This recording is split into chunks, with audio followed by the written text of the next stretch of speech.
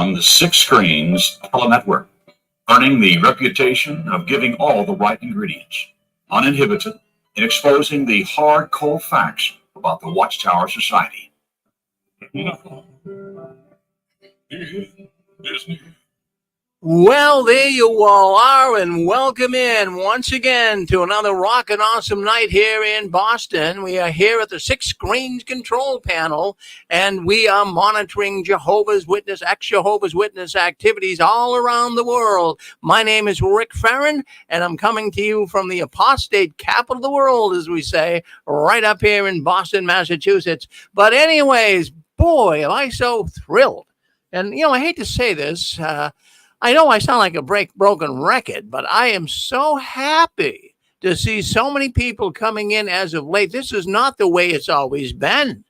I would sit here sometimes 20 years ago, or close to 20 years ago. In fact, we'll be doing this program for going on 20 years. It'll be 20 years come January. So for 19 years, we've been doing this program, and I have to tell you, I am more thrilled now than I have ever been in the history of the Six Screens. Why am I so thrilled? Friends, you got to go back with me. We got to go back in history. We got to go back when we first started. People didn't call in like they are now. This is just totally amazing to me. I used to have to do everything in the world to get people to call in. And some nights I didn't even know if people were listening in or not. But I would just rant and rave and talk about the difficulties people were experiencing in the witness world. Whoa, I'll tell you what, we are looking forward to tonight's program. We got a lot here to talk about on the news. And I just want to quickly mention, I'm not going to get too deep into it, but we got two things going on here tonight. In fact, that we will address, and then we'll get into the news. But we do have the duck. The duck will come down. If you hear this noise, we have the duck. And you see the duck right up here above me. If that duck comes down, it's got some beautiful prizes to give you. And, I want to thank Jim Hill out there in Seattle, Washington. He's the one that has been sending me books, and we want to thank him so much for that. He's been a great trooper as far as helping us here at the Six Screens. We also know him as Nathan Natus. So we thank him for that. He sent me a bunch of books here today, Captives of the Concept. Now, there's books going out. I've just been waiting for some new books to come in, but I was putting some packages together, so it takes a little while. When you win the prize, sometimes it'll take up to a month, folks. I hate to say that, to get the books, between the mailing it, getting it together, getting the right books. I'm always getting books in, so I want to send you some really good books. So we just got some shipment in, and so it's a lot of the books that you ordered, they'll be going out. We've been packaging them up today. So anyways, let's just talk about the duck for a second. Well, what it is, do you remember the old Groucho Marx show? And Groucho Marx had a duck. Well, we're kind of emulating him, copying Groucho. The duck would come down if someone said a secret word in the context of the conversation. Well, it's the same thing here. If you call in tonight on the telephone line, or we might even make it possible so you can even come in via StreamYard.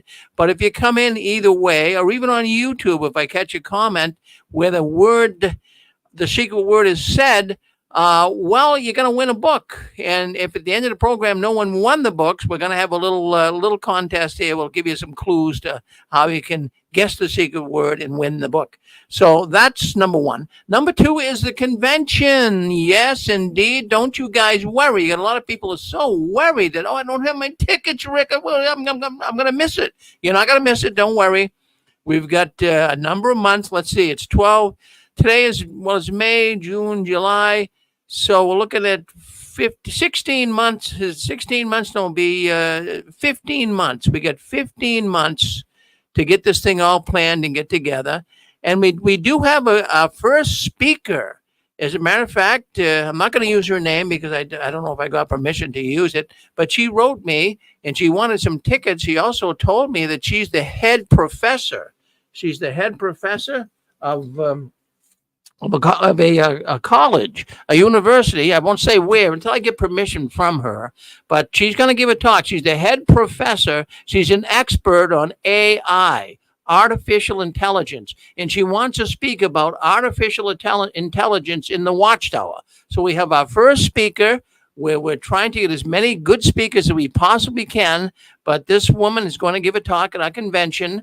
I'm trying to get some other big high-profile apostates to come and give talks as well, and we're working on that. And as I get them, I will let you know who will be coming. But anyways, the convention for the ex-Jehovah's Witnesses is going to be in August of 2025. Now, bear in mind, not 2024, 2025. So keep that in mind. It's 15 months away, so save your money up if you can, and see if you can't make it to the convention up here in Boston. It's going to be at the Hilton Hotel right outside of Boston. And it's a beautiful place. It's a picturesque place, and the room rates were a little hefty, I have to say. They didn't want to give us the best rates because it's 15 months away. They don't know what inflation is going to be, but the room rates are going to be in the $170, $180 range. But that includes a sit-down full-course breakfast for two. So it's not one of these, Danish muffins in a bowl of pudding. It's a regular, really sit-down breakfast. You won't be disappointed. So that is the Hilton Hotel up here in Boston area. So if you want to go to that convention, email me at jwworldnews@gmail.com. And as we go further on, I'll give you more information about the tickets. All those people have written me. I've been putting them together this week. We're having the tickets all. The artwork is being done on them, and you'll get the tickets now that we know the dates and now we know where it is and all of that. So you get all of that. So don't worry, you're on the list. If you email me, I got it. But don't write in the chat box on YouTube, Rick, I want to come to the game. I'm going to miss it. Don't write on Facebook because I'll miss it. I don't see all the comments sometimes. You have to write me. If you want tickets, you have to write me at jwworldnews@gmail.com. You got it? Okay, let's move on. Let's talk about what's going on behind the curtains of the Watchtower. And a lot's going on. Well, last Sunday, I hope you didn't miss it. It was Mother's Day. Well, we have a lot of ex-Jehovah's Witnesses that are mothers. We have plenty of Jehovah's Witnesses that are mothers too. And how badly many Jehovah's Witness women must feel. I got thinking of this, even though they're not going to express it. They must feel badly come Mother's Day if they had children. And I was just thinking this because even my wife here, Susan, and even my former wife, Inez, they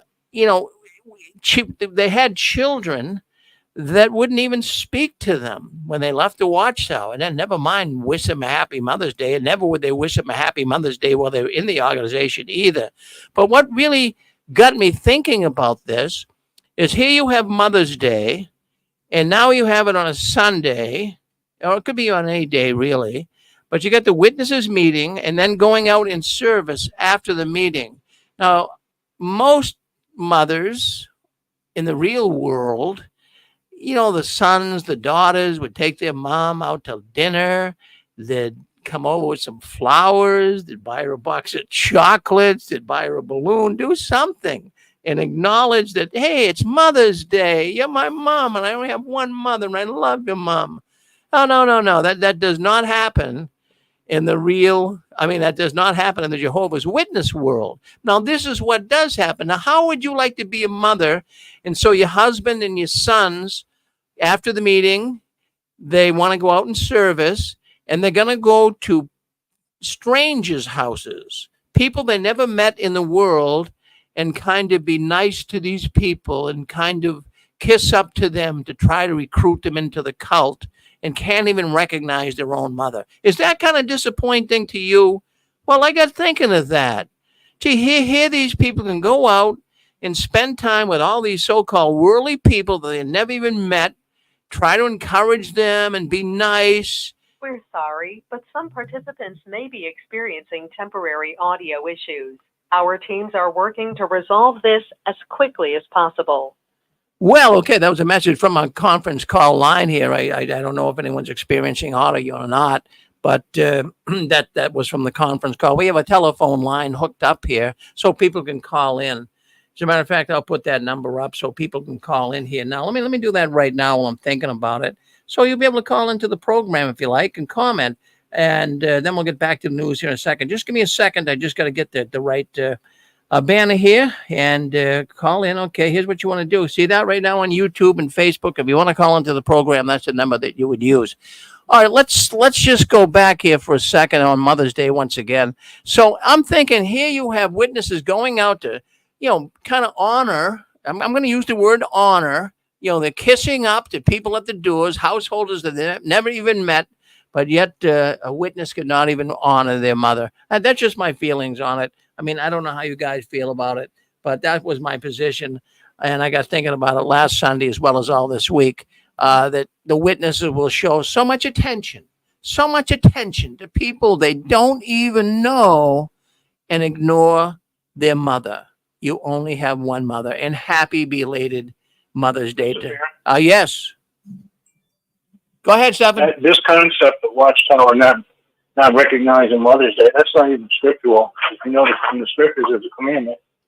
It says, honor thy father and thy mother, because it is the first command with a promise that things will go well with you. So it's not even scriptural not to recognize your parents. You're right with that, Stephen. It's not scriptural. It's really not. And I mean, this idea of honoring, is it really wrong to honor your mother and your father? Is that a wrong thing? No. No. I mean, I think it's... Bible uses honor quite a bit. So if it was wrong, we wouldn't do it. Yeah, this is why it's very difficult, Stefan, to even when I think of holidays. Okay, I can kind of get the Christmas holiday. I can see that, how they feel about that, how they feel about Halloween, how they feel about St. Valentine's Day, and other holidays. But I never really got the Mother's Day. I'm thinking that is not showing any love at all to your mother. That's terrible, terrible. Thank you, Stefan. Correct. Thank you, Stefan. Always good to hear from you. Hey, let's go to 315. 315, you're on with us. Go ahead. Hello, Rick. It's Fran. Oh, hi, Joe's Fran. in the background. Hi, Fran. Joe. Hi. Yeah, we actually taught our children not to celebrate Mother's Day, Father's Day, because we were in the cult and we believed it and we thought, oh, it's a worldly celebration. But now that we're out and looking back on it, on Sunday, obviously our children didn't wish me a happy Mother's Day, but I wished every mother that I know, I wished them a happy Mother's Day, because there's no one, I mean, if we didn't have a mother, first of all, we wouldn't be here. And so all thanks goes out to mothers. And also my other thought was the scripture that they teach that the world has no natural affection.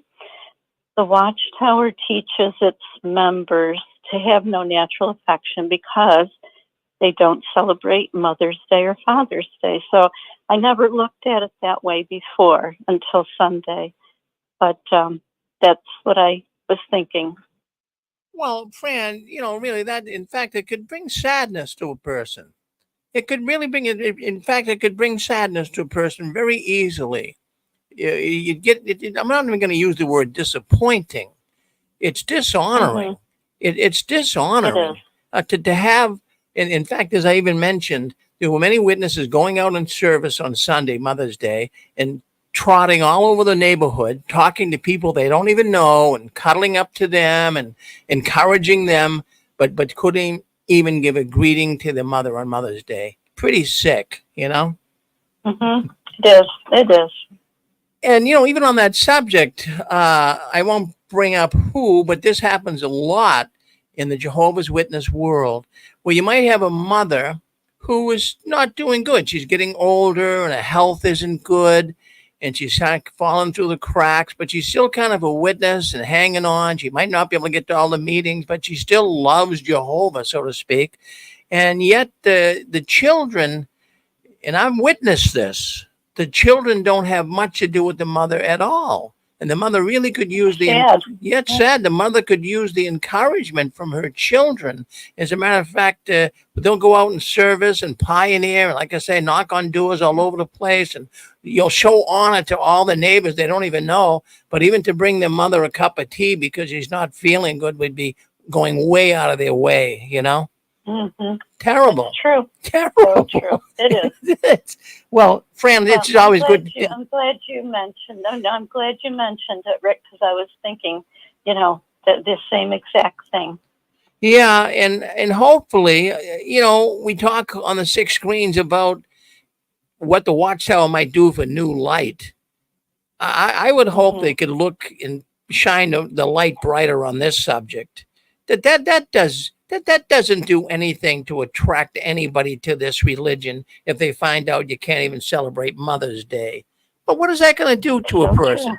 I mean, really, if you're a person I and know. you're thinking of becoming a Jehovah's Witness and you look them up online, geez, they don't celebrate birthdays, they don't celebrate Christmas, Mother's Day. Geez, if I only have one mother, like you say, I can't even do that. Who would want to be a part of know. it? Jeez. Sure. Yeah. Mm-hmm. True. Well, Well, Fran, thank you, Rick. good to hear from you. Don't you ever change. In fact, I was thinking of you the other day. I took one of your apostate cookies and I froze it in the freezer. And it was Oh under my goodness. it was it was under a bag of frozen ice cream. And Oh dear. and I said, "What? There's the apostate cookies." So thank you for those. Oh, I'm keeping. I'm thank you. keeping it forever. I'm keeping it frozen as a constant reminder of thank Fran and Joe. Oh, Thank you. Thank you. Th- And speaking of apostate cookies, we're living in an apostate paradise. That's what our program was on last Wednesday. We are in an apostate paradise because we're living our paradise. We're living our life now, and we're enjoying it. And we meet so many lovely people.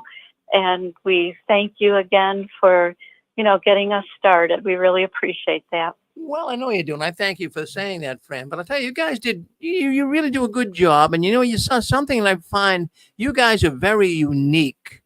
And I don't know where. I tell my wife Susan this all the time. Where did Fran and Joe ever get their energy to get in their car and drive all the way out west, all the way back? I don't know where you guys. I don't know if I could do that. Jeez, really, that is amazing that you did that, and you're still doing Wow, these things. Keep up the good work. It's We are. amazing. Yeah. Thank you. Yeah. Thank you, Rick. Okay. Well, amazing couple. That's Fran and Joe. We all love Fran and Joe. We know that. John, did you want to say something? I see you keep popping in and out here. Did you want to say something, John? Go ahead. You run with us. Oh yeah, I was just going to talk about the Mother's Day topic. I remember they had gave a talk in our hall about the origins of Mother's Day, and they said that witnesses don't celebrate it because in some pagan country or something, people worship their mother. So they said that that's why witnesses don't celebrate it, because it's a form of worshiping your mother. And I just never swallowed that. That just sounds kind of far-fetched. Right. I mean, you don't worship your mother, but you love your mother. Even if your mother doesn't love you, we brought up here numerous times, you only have one mother. And, even if your mother was a hardened, cold criminal in a maximum security prison, she's still your mother, and you still love her. And, for the witnesses to say that, Mother's Day is worshiping, I can't connect the worship to loving your mother. I just can't stretch it that far. I mean, did you ever bow down before your mother and worship her, John? Never. Well, that's what the Watchtower. Hey, Rick, Yeah. Rick, did I hear you right? Did you say your daughter's no longer a witness anymore? Yeah, you heard me right. Yeah, you heard me well. I've had actually 4 daughters, and I can't really say how many, but there are some that aren't witnesses anymore. Yeah. Oh, okay. Because I thought you had. I got the impression that all your children were witnesses. No. I had 5 children. Well, I didn't have them. My former wife had them, but 5 children, and yeah, they were all. Well, 2 of them were never baptized, so that's not an issue. So they never really connected with it. But the good news is they're waking up. Let's go with that. Not all of them, but they're waking up. Yeah. Oh, I know you happy about that. Oh no, I'm very happy about that. I'll tell you what, I'm really ecstatic about that. And I tell people on this program, listen, don't you worry. A lot of your children and close relatives and friends, they're going to be contacting you soon. This has happened to me. This has happened to me, and out of the blue, you get a call from somebody that hasn't talked to you for 20 years. How do you handle that? What do you how do you do it? I mean, are you going to be mad at them? You know, your first response is, "Hey, listen, you haven't spoken to me for 20 years. I don't want to even say hello to you." No. You don't do that. You don't do that at all. You want to be kind and gentle, and you realize how hard that would be. John, just put yourself in that position. Suppose that you were a witness and you were shunning. Let's go with your mother here, okay? Let's go with her. We're talking about mothers. And suppose your mother left the organization years ago, but you were still a witness, so you were shunning her. And then all of a sudden, you haven't talked to her for 20 years. Now you're going to call your mom up and talk to her. Would that be hard, John? It would be hard, but I just never swallowed the shunning people. I would kind of sneak talk to people that were disfellowship because I just thought that was heartless. Just treating people like, even when they came to the Kingdom Hall, and you would see them sometime at the bus stop and witnesses would just drive right by them. And, I just always thought that was heartless. Well, you're talking, that's why we do this every Saturday night. John, this is a heartless organization. If it had any, if it had any goodness, if it had any accoutrements that we could say are wonderful, I wouldn't be here every Saturday night. But I don't find too many things good in the Watchtower. And a lot of our listeners don't either. There's listeners right now listening to this program that are sitting in a room somewhere, maybe their bedroom. They're being shunned. No one speaks to them. They're in a terrible depression because of the way the Watchtower is treating them. This is unacceptable. And this is why we do this. We have to cast light on what's going on in this organization, the hope that we get a listening ear, John. Yeah. Thanks, Rick. Well, thank you, John. Let's go to, looks like Constance. Constance, you on with us? Yeah, hi Rick. How you doing tonight? I'm good tonight. Good. I was going to say, honey, in reference to the topic on Mother's Day, mothers do a lot for us. And like one of the, callers said, without our moms, we wouldn't be here. But, Rick, I wish I could have my mom back. She's passed away many years now, and I wasn't able to celebrate her birthday, wasn't able to celebrate Mother's Day. And my mom was an incredible woman. She really was a great mom. She was a mother and a father for me at a time after my father passed away. And I know Watchtower discouraged all that, but I'd give anything just to have my mom back to, just give her that respect and honor that she certainly deserved. I know it was very painful for her. I know it hurt her very deeply, but she didn't want to say that, but I know it really did. But the point I was also going to say, Rick, is Rich and I, we went out to lunch last Sunday, and oh my goodness, you should have seen all the mothers. The husbands had taken their wives out, and the place was packed. And the mothers, Rick, they were just beaming. They just felt so respected and so appreciated. And I mean, the place was packed. I kid you not. And the mothers were just thrilled to be recognized and respected. But what's interesting is, I never knew this when I was in the organization, but I know it now from the show. The governing body members have all these rules and regulations that clamp down on everybody's lives. But isn't it interesting, Rick, when it comes to the governing body members and, they're at a convention, oh my gosh, You know, the witnesses are like idolizing them to the point that they were even asking for their autographs in their own personal Bibles.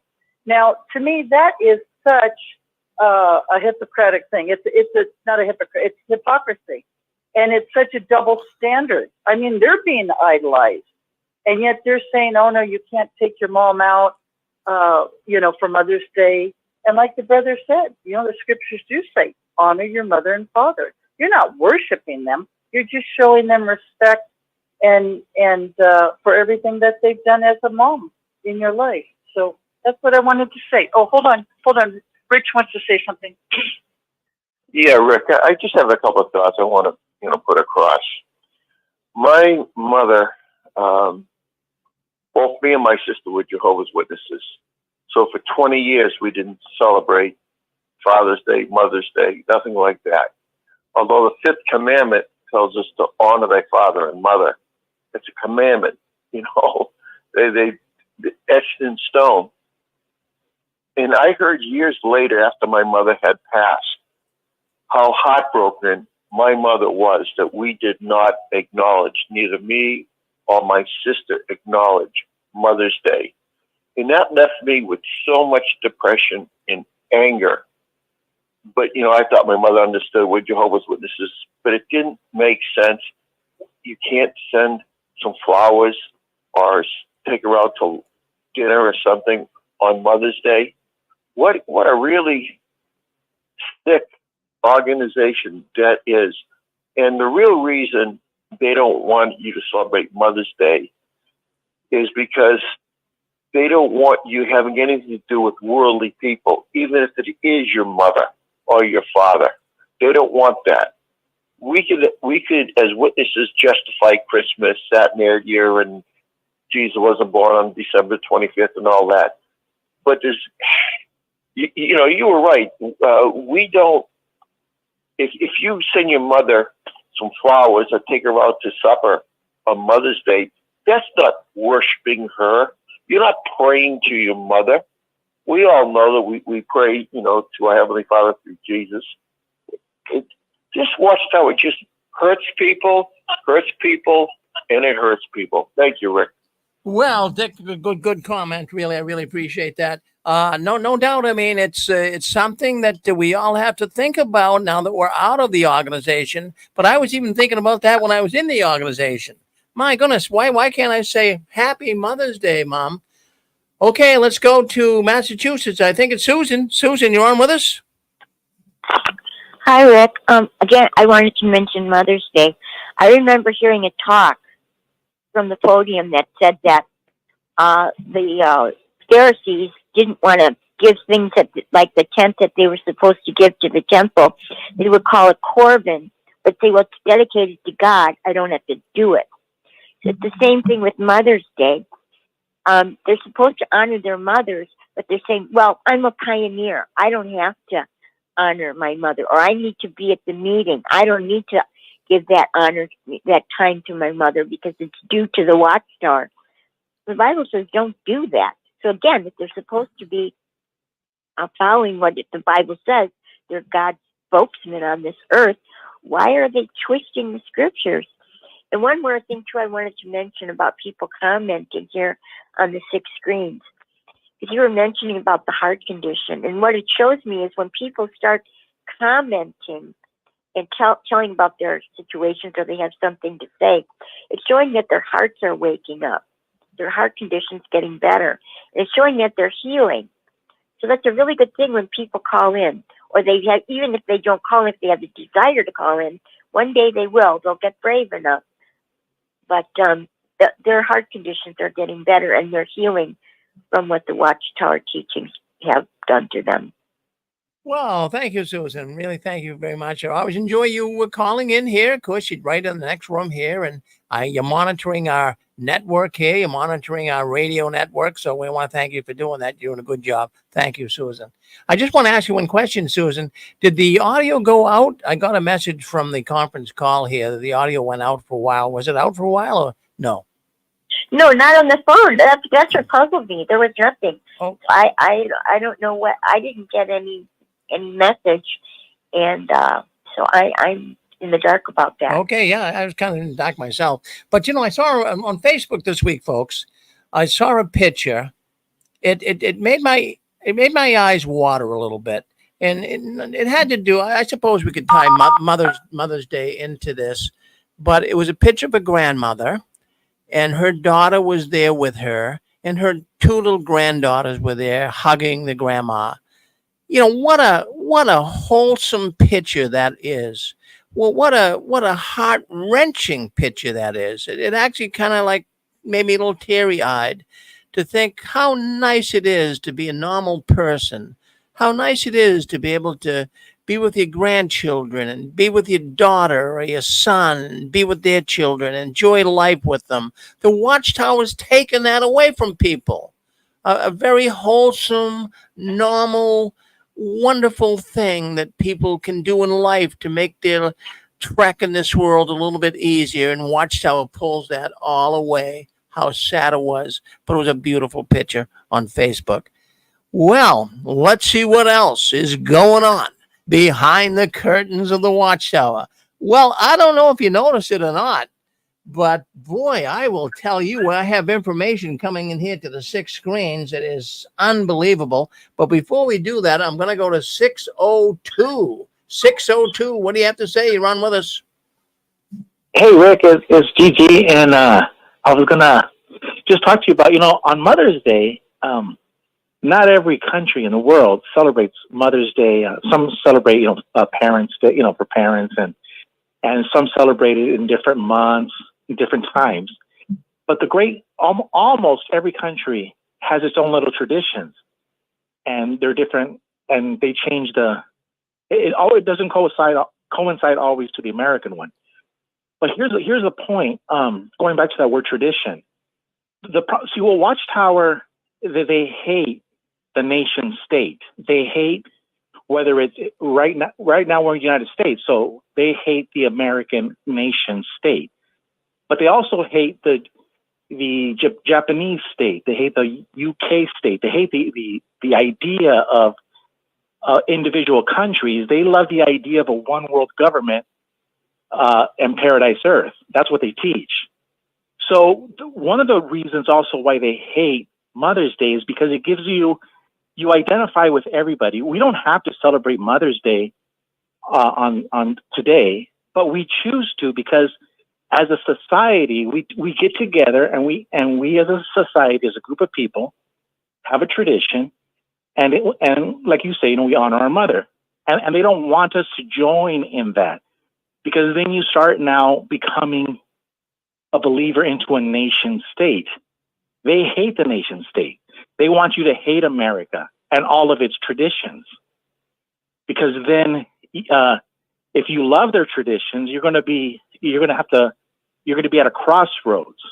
Do I stay with this religion that hates all of the traditions, or do I join my neighbor? Because Jesus says, love our neighbor. Do I join my neighbor and rejoice over the traditions, regardless of what country I'm in? See, and so we know that Jesus participated in different traditions of the Jews, because remember the phrase, when in Rome, do as the Romans do. This is what makes living, in our country or any country so beautiful, because every country has a language, a border, a culture, and wherever we are, we rejoice and we love each other as family, as part of a countryman. Watchtower can't have that because it doesn't coincide with their divisive religious teaching of one world government. So that's why they hate, in my opinion, that's why they hate Mother's Day, because they don't want you collaborating with your neighbor. They hate your neighbor. They hate the nation state. They hate the traditions. Yeah. This is why, when you go to a Mexican convention, you're not going to see mariachis out there playing. You're not going to see all of these things because they hate the nation state. They don't want any kind of patriotism because it takes away from it's like having a wife and a girlfriend. You got to choose. Is it Watchtower or is it your nation? You can't have them both. Does that make any sense? And I hope I made you look good. I hope I didn't make you Well, look no, bad. you always made me look good, Gilbert. No, I follow it. I think it was pretty well stated. You make me look good. Thank you. I appreciate that comment, and I have to agree with you. Yes, thank you. Okay, thank you, Rick. Yeah, go Rick, ahead. I think. Go ahead, Nick. Yeah, I'm sorry. I hope I didn't. No, go ahead. No, yeah. I think Gilbert made a very astute statement because that's what the globalists are trying to do. That's the reason why they were ripping down statues of Abraham Lincoln and George Washington, the famous forefathers, because they want to take away your identity as an American. They want to take away your identity as a family man. They want to take away your identity as father and mother. That's what they're trying to do. And it's the one world government that they're after. It's the globalists. It's Illuminati behind that. And I think Gilbert made a really, really very astute statement. Thank you, Gilbert. Well, see that, Gilbert? You got some fans out there. Yes, you do. 906, what do you have to say, 906? Yeah, good evening, Mr. Farron. Yes. Thanks for taking my call. I've been listening to the program with interest. First off, before my second comment, I want to wish all the ladies here a happy Mother's Day on the Six Screens Network. I know they would appreciate it very much because of they come out of a society that prohibited anybody from celebrating Mother's Day, which is just outrageous. They don't celebrate Father's Day either, and a lot of other holidays and so forth. For one thing, they claim that it's biblical what they do there, and that is a bunch of nonsense and everything like that. There is nothing in the Bible that says that you can't celebrate a Mother's Day or a Father's Day, anything like that, or a family member's day, brother and sister, whatever you want. There's nothing in there whatsoever. They totally manufacture things, and they, like Anna Marie said a while ago, they brainwash people into zombies and so forth, and then they believe all that stuff. So it's time simply to expose the Watchtower and expose their fallacies and hope that more and more people is going to come out of there. And I agree with this one commentator and all that. I mean, on the Mother's Day, there's nobody that worships their parents here, although there may be some cultures that do, but we do not do that here and so forth. And it's just, I don't know, just outrageous the way what the Watchtower teaches. And you think that that was a religious society in the tales of the dark side or something like that, or off the Twilight Zone, which I think it probably is. So, well, whatever. Thank you for taking my call. We'll keep listening. Well, thank you, Ken. Always good to hear from you out of the Upper Peninsula of Michigan. Thank you, Ken. Okay, let's take a look and see what's... yes, go ahead, Stephen. I just had a quick thought on that as well. You know, I think it was Christopher Hitchens, and he talked about how religion ruins everything. And I was just thinking, you know, when you talk about moms, and of course this is very much true for dads too, when you talk about moms, everybody has a special place in their heart for their mom, unless their mom was a terrible person. Moms will do anything for their children. There's even a story about a mom, the kid was trapped in their car, she was able to pick the car up and clear it. We love our moms. Our moms would do anything for us. But yet this organization can come along and turn a young person against their parents, a parent against a young person, grandparents, and all the rest. And this is what makes this organization such a dangerous code. And we have to always remind people when we're talking about why this organization is so dangerous, this is one of the reasons why. Well, thank you for saying that. That is one of the reasons why. It's a dangerous and a destructive group. That is a known fact. The Watchtower just isn't, some aberrant, strange organization. They're dangerous and destructive. The destructive part comes in breaking families apart. Well, what is worse than that when you stop and think about it? An organization that deliberately, intentionally tries to break families apart. Oh, you're not one of Jehovah's Witnesses, sonny boy? that's it for you, pal. You're out of here. I mean, that's the basic way the Watchtower Right. deals with people. So you're right, Right. Stefan. You're right. And it's one of the ways they control the members, because if you're a Jehovah's Witness and all your family's in the organization, that's another way that they keep you in the organization. If you want to leave, that means you're going to lose access to all of these family members. This is really a diabolical sect, a high control group that's really dangerous, and it's really sad, but that's what it is, and we all know that. Thanks. Yeah, in fact, Stefan, how could we actually even have a program here going on 20 years exposing them? You would think that, well, give up, move on. There's other things to talk about. No, there isn't. And in the world I came out of, the Jehovah's Witness world, I really can't, I mean, forgive me if I have to say it, but I can't get it out of my head. Did these guys have to be exposed? Did they have to? I mean, I would feel kind of guilty if I did not expose these bums. So that's what I hope all ex-witnesses would like to do, but not all of them become activists, and I can understand that. But I appreciate your activism. I really do, Stefan. Thank you for commenting and trying to expose these guys for who they are. You do a good job. Thank you, Stefan. Thank you. All right. Well, that's Stefan out of Chicago. My goodness, always good to hear from these people. Listen, friends, not everyone is an activist. Not everyone wants to come up and speak out against the Watchtower. But we are, right? And you too, if you're calling in here, you're an activist. And if you speak up and talk, I know many can't right now because of their alliances with the witness world and its sons and daughters and all of that. You get in trouble. But don't you not think for 1 second that we love you and we know that you're there listening, and thank you for doing so. I want to talk about, this is good news to me. This really is good news to me. I am very pleased to tell you that the assemblies, they are tanking. I've got reports coming in here to the 6 screens that truly is exciting me. I get excited when I see low attendance. The witness world, the real witness world, they get excited when they see high attendance. But I get excited, and I think you do too, when you see low attendance at an assembly and at a convention. And why do you get excited? There's long legs that we can put on that.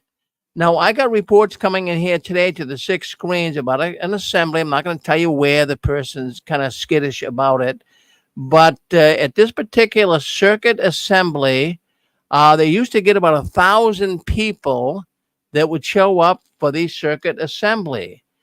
Friends, today, information was given to me that there was 520 people.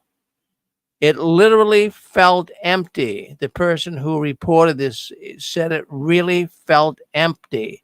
And this was the 3rd assembly hall that are seeing numbers way off. So, I'm getting these reports in, and it's really warming my heart to see these numbers tanking. As a matter of fact, even the information coming here, the 6 screens, he said the parking lot was empty. He got a parking spot right in front of the assembly hall. Now, that is very unusual. I know when you guys were going to the assemblies and when I was going to the assemblies, that wasn't the way. So this is really, really wonderful that we see this all happening. And now we got the conventions too. They're starting up here the end of May. We're gonna see empty seats all over the place. So this is just totally unbelievable. But I can see the Watchtower is got to be somewhat concerned, because even a circuit overseer in this man's congregation, he actually mentioned during his visit, and back while he was at the convention, he actually mentioned at this convention that only had 520 people. He referenced that there were clearly many people missing in attendance. Did you ever hear that before? The circuit overseer actually said, wow, there's people missing here. There are many in attendance, many empty seats. He said that, well, some of them might be spiritually sick. I mean, that's a good term to use, right?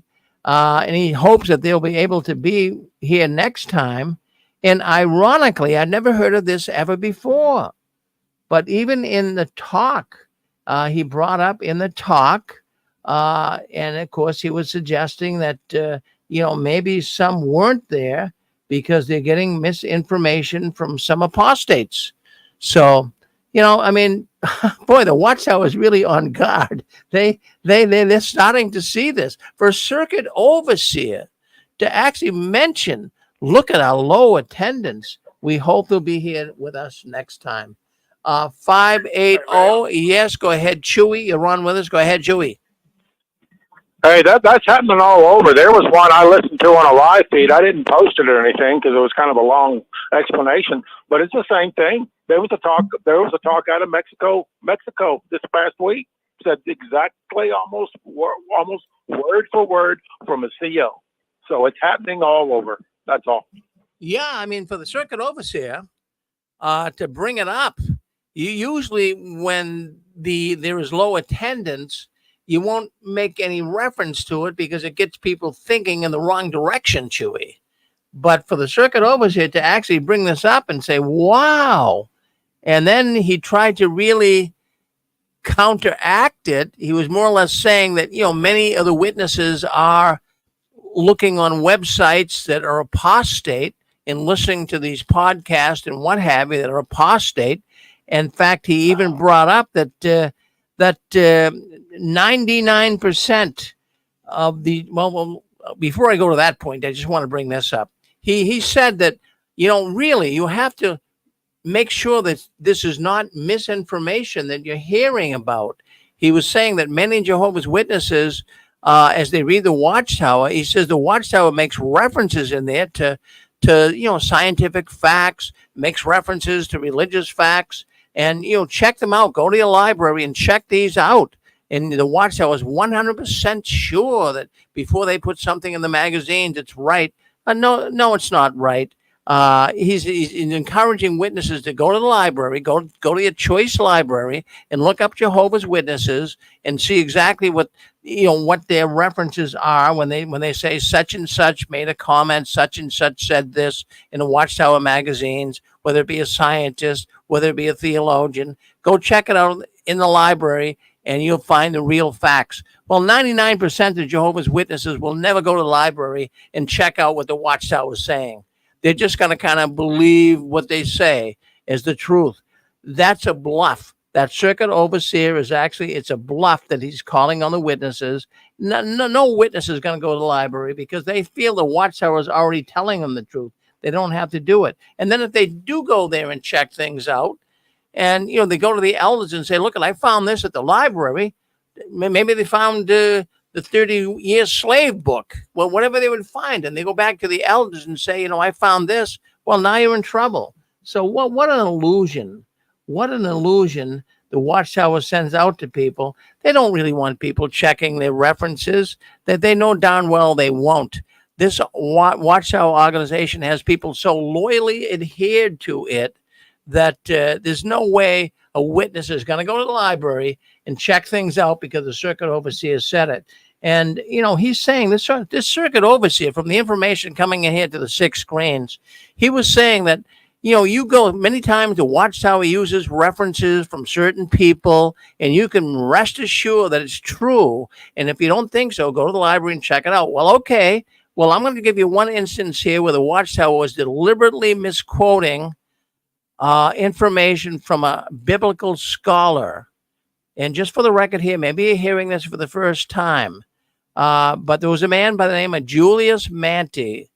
He is a scholar, a Greek scholar, and he is actually the one that made the Watchtower go from the Purple People Eater New World Translation, the transliteration, I should say, that particular book that the Watchtower had, where they transliterated they translated the Greek into English.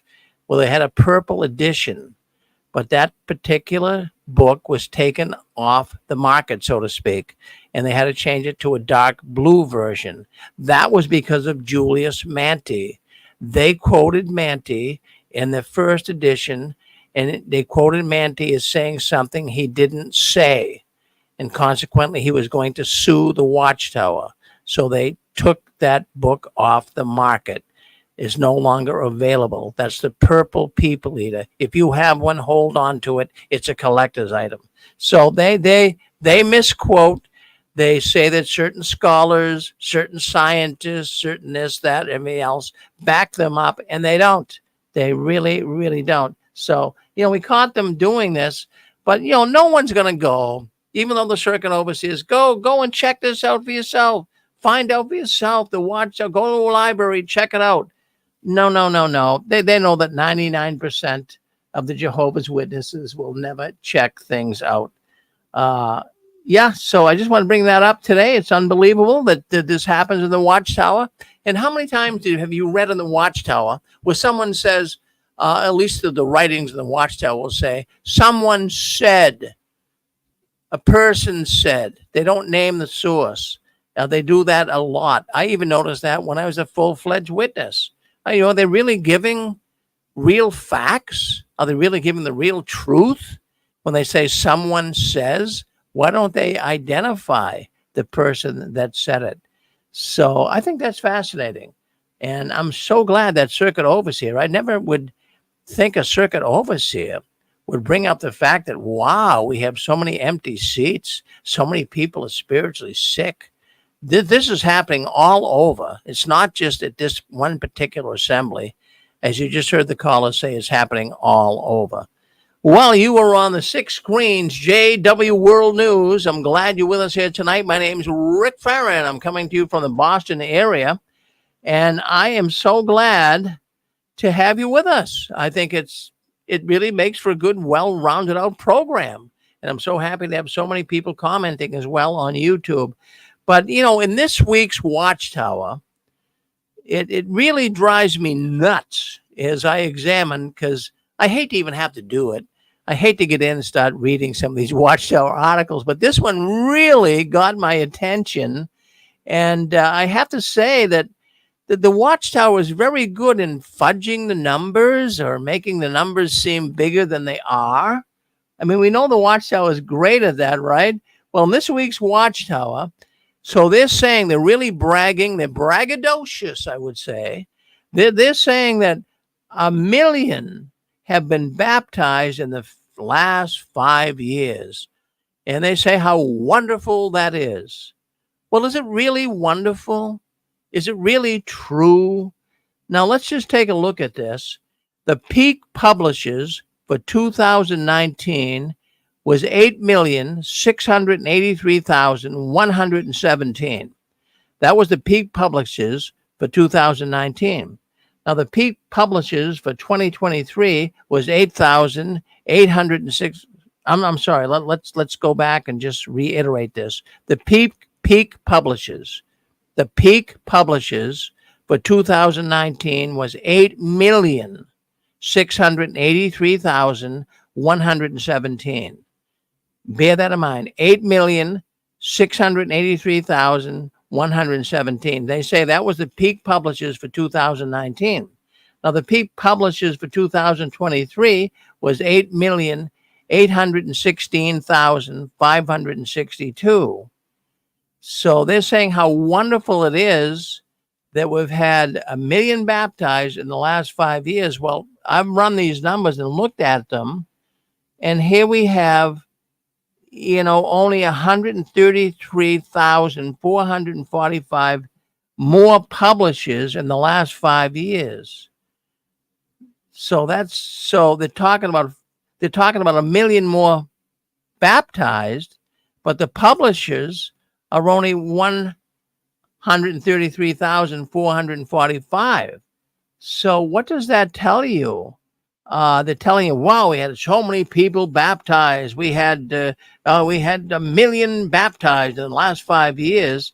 But when I look at the peak publishes in the last 5 years only increased by 133,445. That's nowhere near 1 million. So we got a deficit here with 1 million baptisms and only 133,000 new publishers, where did everybody go? One must ask, where did the other 867,000, where did the other 867,000 publishers disappear to? How many died? I don't think that many died, but is somebody understanding what's being said here? The Watchtower, oh, we had so many, we had 1 million published, we had 1 million baptized in 5 years, but in 5 years, they've only had 133,000 more publishers. So there's 867,000 publishers that have seemed to disappear. What happened? Did the pandemic, the COVID pandemic, did that take them out? Were they disfellowshipped or disassociated? Had they just stopped serving? Well, I think most of you people realize, I think they just stopped serving. I think they became PMOs, many of them. Many have had it with the Watchtower. They don't want to be part of it. So 1 million baptisms will mean nothing if they run out of people to baptize in 5 years' time. So where the people going to come to baptize? If they're losing publishers, where are they going to get the people to baptize in five years' time? I think you're following this. I mean, I kind of hope I explained it okay. So in essence, I'll just break it down. They're talking about 1 million publishers in the last 5 years. That's what the Watchtower is bragging about in this week's Watchtower lesson. It's not, oh, okay, fine, you got 1 million baptized, but why are so many publishers disappearing? I kind of analyzed this Watchtower, and its use of coercive manipulation it's too illogical. It's fallacies. They absolutely tried to cook the books here. They try to make it seem like there's so much growth when there really isn't. You can't brag about publishers. You can't brag about baptisms when the publishers don't stay in the organization. Oh, we brought 1 million in, but 800,000 left. Boy, oh boy, if let me run some numbers here for you. Hopefully you can follow this. But let me run some numbers for you so that you can get the idea of what's really happening here. We're talking about Jehovah's Witnesses having a 0.25, a 0.25, not 25%, 0.25 growth each year. That's not much growth when you take into consideration the world population is increasing, right? Every year. But the Watchtower is 0.25 growth each year. So it's if you stop and put things into perspective, the Watchtower has been growing in the last 5 years by about 26,889 people per year. That's nothing, which is like a 0.25% growth rate. But just to put it in proper perspective, that's like an increase of one person for every 4 or 5 congregations worldwide each year. That's nothing. So one person coming in to 4 or 5 congregations, that is nothing. In fact, even you have to take into consideration here that even some of the elders' children, you know how hard that would be. They just can't sneak away, but they would be included in this 0.25 increase. So is the Watchtower really increasing? They can be very braggadocious and brag about 1 million baptisms, but 800,000 people have left. And we all know that. We all know the Watchtower is losing people. They are hemorrhaging. They are on life support right now. So I think that's a very good way to look at this all. The Watchtower is doing everything they possibly can to make it look like the organization's growing when it really is declining. Go ahead, Dick. I believe it is. Come on with us. Yeah, hi, Rick. It's Constance. I was going to say it's very interesting what you're saying. You know, when COVID hit, the whole world was shut down for 2 years. And the organization, nobody went to the Kingdom Hall, went to the meetings out in service. They wrote letters. They had their Zoom calls. Watchtower enforced the fact that everybody in the organization had to have the jab. And a lot of people had time for the first time in their lives to get off that hamster wheel of being a rat race, with all the meetings and all the demands. And they had a lot of time, and people did research. And they loved the fact that it was just a Zoom call and they didn't have to go out and service for 2 years. That was one thing. And then when the Kingdom Halls opened up, people were saying, oh my gosh, we got to go back to the meetings and the drill and our whole lives again, the same old, same old. But we do know, Rick, that a lot of people in the organization were quite upset that Watchtower was forcing them to take the jabs. I remember hearing that there were elders that had to step down if they didn't take those jabs. And I think a lot of people woke up. I think a lot of people said, you know what? There's something that's really wrong here. This is just not right. What right does an organization have to tell me that I have to take, basically an experimental jab? And there's a lot of serious repercussions from it, and even death. And sacrifices, of course. And I think people just, not only that, but I think people, got time to really start checking out Watchtower and thinking, holy mackerel, this organization is not what I thought it was. And they left. So Watchtower has been cooking the books. And one last thought, Rick, our show's on gaslighting, and we're going to describe really what gaslighting is in personal relationships, but also with Watchtower. Well, this is Watchtower's classic way of gaslighting. They're lying to the organization, to the people, saying it's 1 million when it's not 1 million people. Why are they doing that? Because they want to manipulate and control, and that's what it is. They're cooking the books and they're lying. And this is a perfect example of gaslighting. So thank you, Rick. Well, always good to hear from you, Constance. Very, very good. Thank you. Yeah, no doubt. We'll look forward to that program coming up here at 9:30 tonight, right here on the 6 Screens Telenetwork. So don't go anywhere. Okay, I want to switch gears a little bit here, go to the next news article. The Watchtower, as we know, are they really charitable? Do they really want to help people? From the information I get here coming into the 6 Screens, the answer is no. No is the answer. Now, we know that in Brazil, in the last couple of weeks, they've had wicked floods. Many Brazilian witnesses, as well as civilians over there, non-witness people, have been really having difficult time with the problems they're having because of the flooding. So we have so many agencies stepping up and having websites set up to collect money and help all the poor people. So what the question we would ask here is, what is the Watchtower doing? What is the Watchtower doing to help their brothers and sisters in the floods in Brazil? Well, this week in the meeting, the elders read an announcement. And, I want to help you understand what the Watchtowers, or at least the elders, are saying here concerning what Bethel's doing to help the brothers in Brazil. Now, this is the letter that was read to the congregation. It's very despicable. It's despicable. This organization seemed to be only concerned about one thing, and that's themselves. But let's just address what the letter said. The brothers at the meeting read a letter.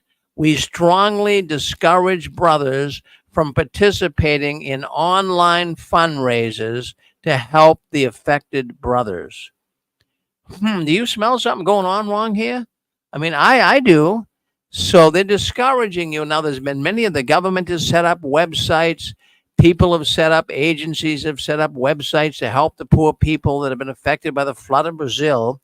But yet the Watchtower is coming out here and saying that we strongly discourage brothers from participating in online fundraisers to help the affected brothers.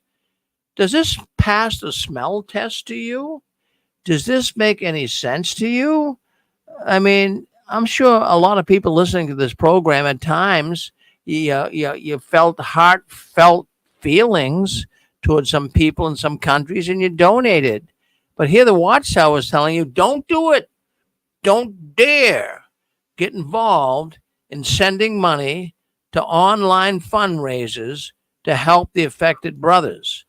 Now, the reason now they go on to say, well, here's really the reason, because we don't know if the money is really going to them.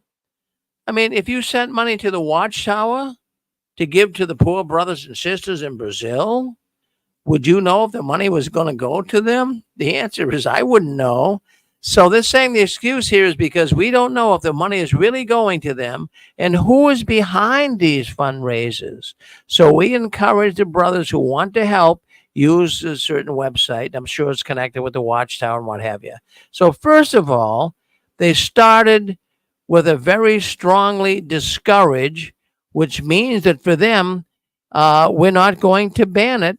But if you do it, you might be called into the back room. That's the feeling I'm getting from them.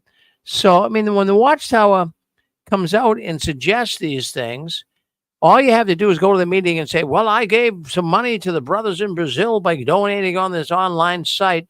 Okay, in the back room you go. They're going to listen to you and say they're going to frown down upon you. Why'd you do that? We told you not to do it.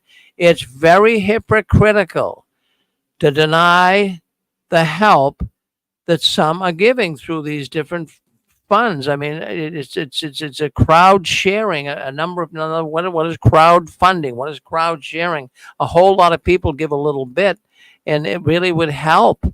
It would help the brothers in Brazil. But no, don't do that.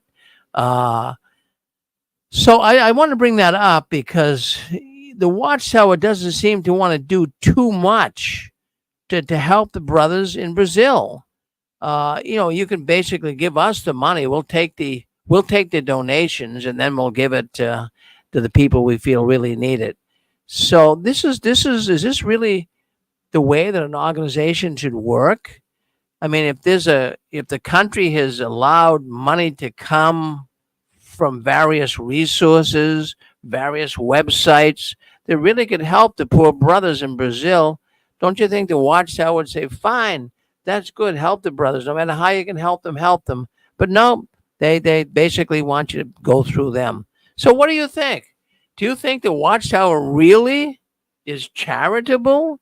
Do you think they really are helping people in these disaster areas? I don't think so. I really, really don't. And I have to really tell you the truth that I wouldn't. I mean, some of the reports coming in here, not only here in Brazil, but whenever there's a wicked hurricane or some other tornado event or anything of that nature, the Watchtower, they're all there. We're going to help our brothers and sisters. But are they really there?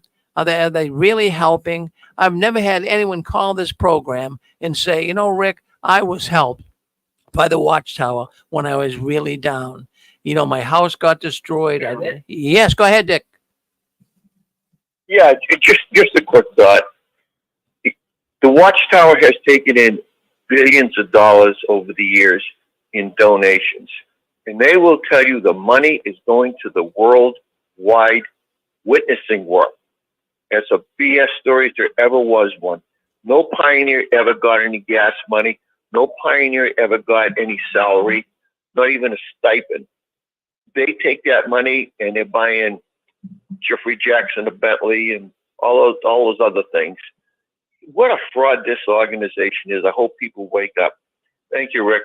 Well, the good thing is, Dick, they are waking up. They are waking up. It can only, you can, even when we were all witnesses, Dick, and I'm sure you'll agree with me, we didn't want to, as we started learning some of this, we thought it was all apostate lies too. And we didn't want to really even, entertain that thinking. But, it kept coming forth. All of the research and all the effort that we made to find out about this organization, it really supported the fact that they're not truthful, that they're not leveling with us. So obviously, when we first heard that, all of us were kind of disappointed. This is where we really rested our whole life. Our whole way of doing business was rested on the Watchtower. And all of a sudden, we're finding out it's fraudulent. It could make you very, very disappointed. Very disappointed. Yes, go ahead. Of course you can. Go ahead. I think we miscalculated what Watchtower is doing because I have a friend I've known him since 1976. He's epileptic. He rides his bike everywhere. He was a witness. He faded before I did. And he doesn't keep up on the apostate tubes. He had no idea about the beards, about the casual dress, but he has three older sisters in Watchtower, and they pick him up twice a year to go to his doctor appointment. And his sister told him last week, Mom, you can come to Kingdom Hall with your beard, and you don't even need a suit now. He said, what? Last year, she told me you need to come back, but you're going to have to shave your beard and get a suit. And he was just totally befuddled. I said, Tom, yeah, I know. That's what they changed. So apparently, there are probably a million faders out there. They're not on the apostate tubes because guess what? They've been frightened away from us. They think they're going to be apostates doomed forever. And they don't know that they're not. And then they hear this stuff, and it's very confusing to them. That, I think, is who they're aiming at. They can't get any more believers on the outside. They've got to go for the faders who haven't looked at apostate tubes and who basically don't know what the hell's going on. That's just my opinion. Well, I think it's a good opinion. I think it's a good opinion. I believe what you said. How good? How good, though? I would give it about a 79%. Thank you. Yes, thank you. Bye-bye. Bye. All right, that's King of Dots. Well, folks, I have to tell you, really, I think we have someone else coming on. Do we? No? Okay. Let's just delete this here. So I'm going to just mute this.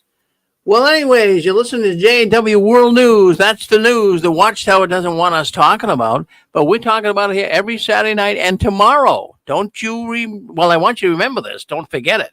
I want you to remember tomorrow we have 6 Screen Sunday. Now we take a different look at the world in a different way. We get into the scriptures. We don't do it on Saturday night, but on Sunday we talk about the scriptures. We talk about the theological events, falsehoods in the Watchtower, and we begin our programs at 1 o'clock p.m. Eastern Standard Time, and we have a program, Knowing God, after the Watchtower.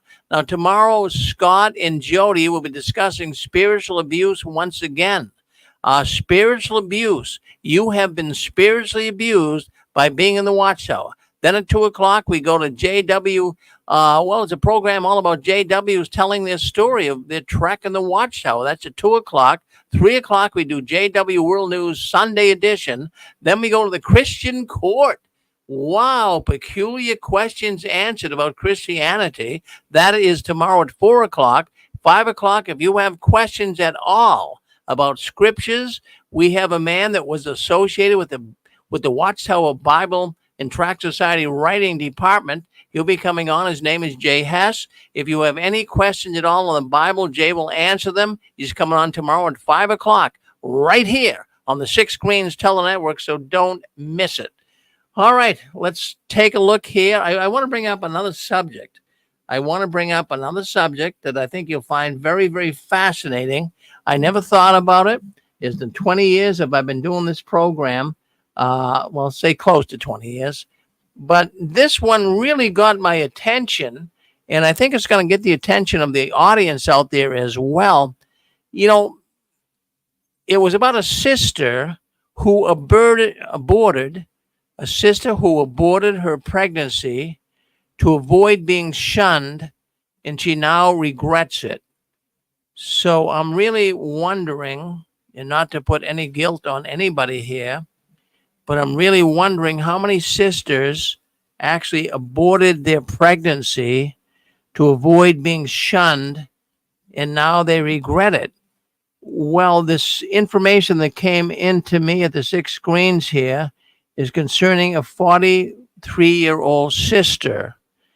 And she confided that when she was 28, she had an affair and she got pregnant.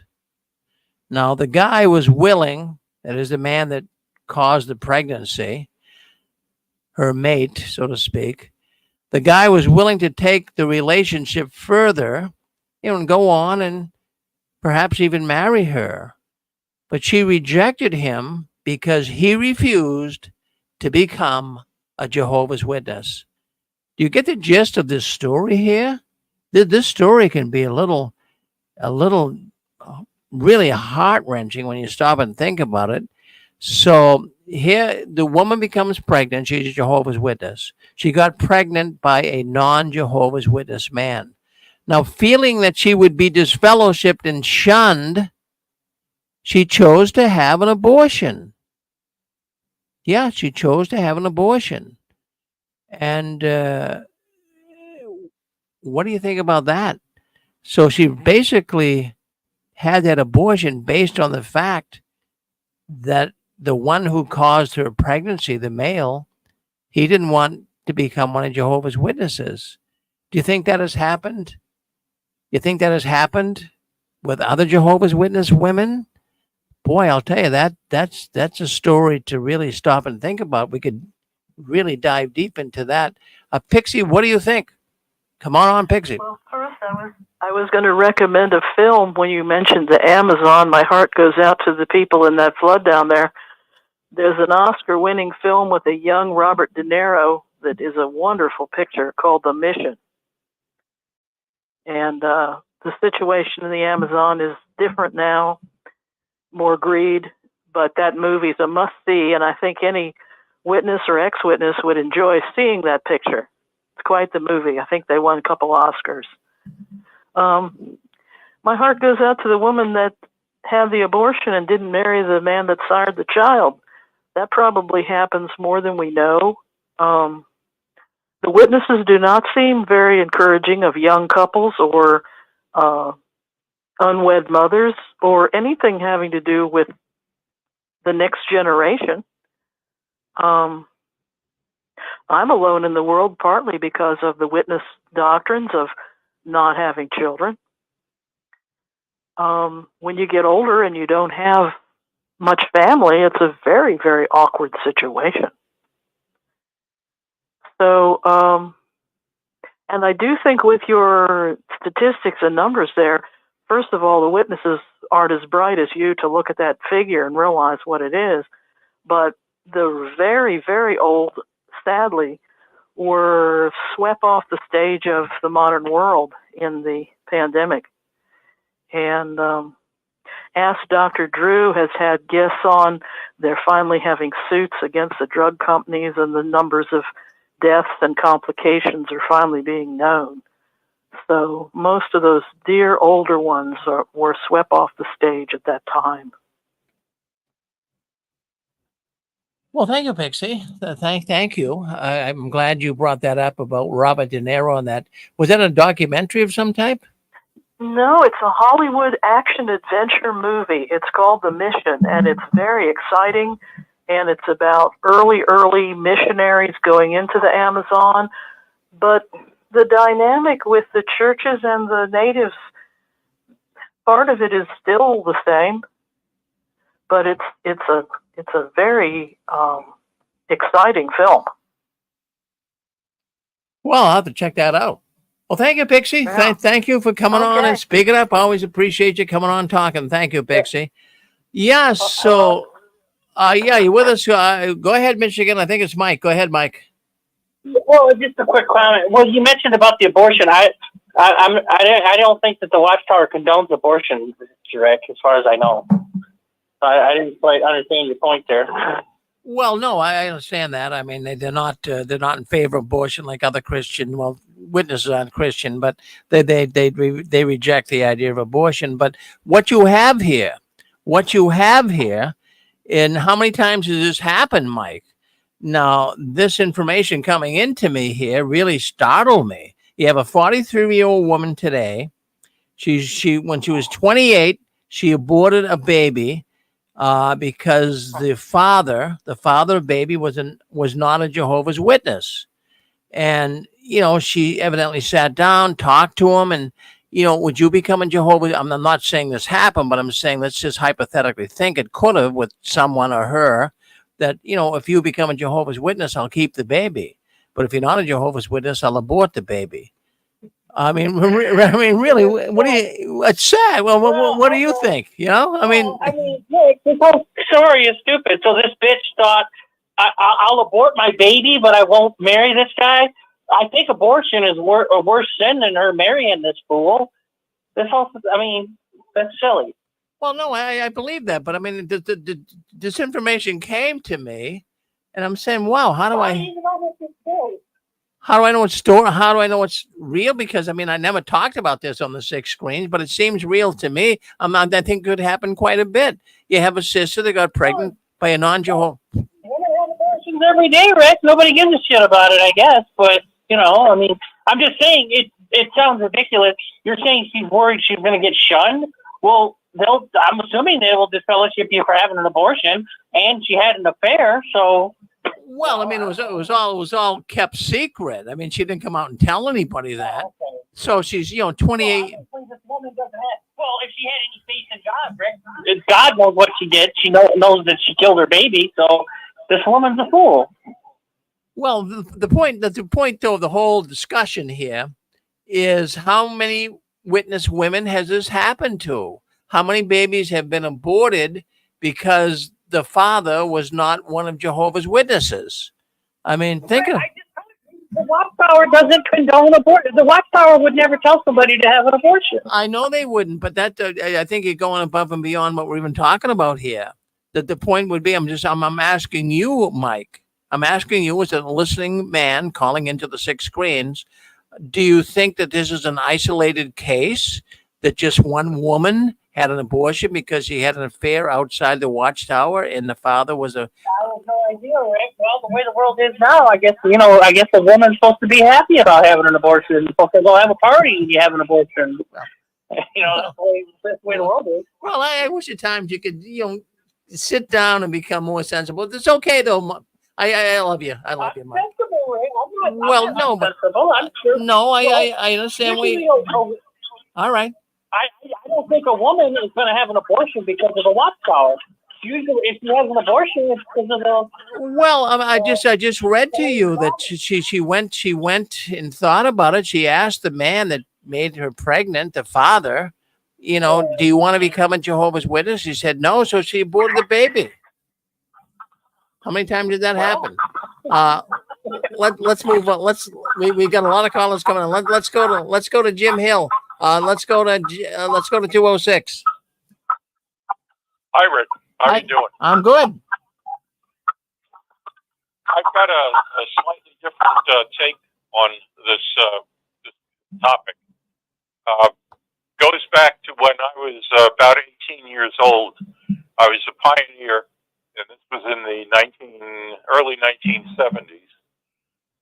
There was a neighbor of mine who had been associated with the witnesses, and the family had been associated with the witnesses, and both the mother and father had been disfellowshipped because at one point the mother had chosen to have an abortion. This was during their marriage. She already had 3 children, and I don't know the precise circumstances, but I'm going to assume that thinking about having an additional child in the family, they would have been stretched a little too thin. So she and her husband made the decision to have an abortion, and they were disfellowshipped. But they were, so to speak, favorably inclined toward the witnesses, I guess what we would call POMI, physically out, mentally in. And that they have made sure that their children continue to associate with witnesses. Their son was almost my age. We were pretty good friends at that time. And they had 2 younger daughters. And they arranged for me, since I was a pioneer, to have the home Bible study with their daughters. After I had been studying with the daughters for maybe a year or so, the mother approached me and confided in me that sometime after they had been disfellowshipped, he had a second abortion, which the elders never knew anything about. Well, in the foolishness of my youth, and having been inculcated with the idea that I had to constantly prove my loyalty to Jehovah, I felt it was my obligation to go to the elders and report this. So I did, and the presiding overseer of the congregation that she was associated with said, well, we're going to have a meeting with her, and, they'll probably be subjected to some sort of judicial committee proceedings. I don't know if a divorced couple can be divorced, like divorce squared or something like that, where, they're divorced twice over, but not divorced, I'm sorry, disfellowshipped is what I meant. Disfellowship squared, where they're disfellowshipped twice over. And I had told him that she told me when she confided in me that she felt that if anyone ever found out that she would be suicidal, that this information had gotten out. And I told this elder that, and he said, well, that's her decision, isn't it? So it's one of those things that, looking back over my life, this was more than 50 years ago, I'm not happy about the decision I made. But I knew that the witnesses did not approve of abortion. And I didn't feel that I was judging her for her action, but what I felt I was doing at the time was demonstrating my loyalty to the organization, which, as it turns out, was an act of foolishness on my part. It was none of my business. That's the end of my story for right now. Well, I have to. I'm gonna step in here and tell you, Jim. Really, when you stop and think about it, we all did foolish things, and don't hold yourself hostage over this. We were controlled by an organization that put so much pressure on us, and this happens in a lot of instances. I'm not happy over a lot of things I did either, but don't you let that come against you. This organization at the time, you thought it was right, and at the time, that's what a witness would do. But I'm glad that you're man enough to at least fess up here and say, hey, look, I see that was wrong. Thank you, Jim. Thank you. And I want to thank you, too. I appreciate everything you do here for the network. You're a good man, Jim. Don't you ever change, okay? Thank you.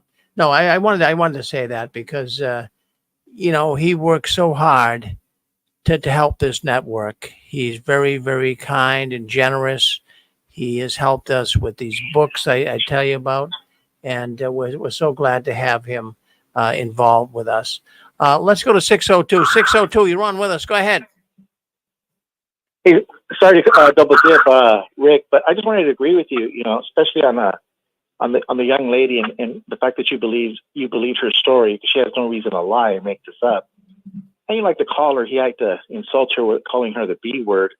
Kind of like when the Jehovah's Witnesses tear that part out of John 8, where they just want to kill the woman, where Jesus says, he that is without sin cast the first stone. But the point is I wanted to talk about the breeding ground, like the fertile ground. That's the problem. In a nutshell, the Jehovah's Witnesses, the dirt, it's poisonous. It doesn't produce the good fruit. And so that young lady that you talked about, she's in a trap. She's like a cat. She felt like a cat or a dog in a corner.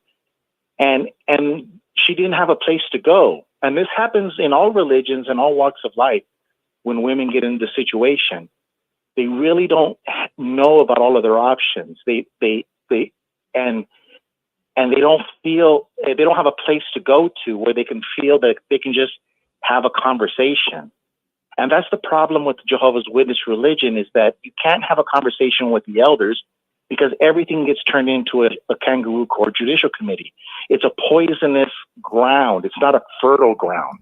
And that should be a teachable moment for all of us that are apostates.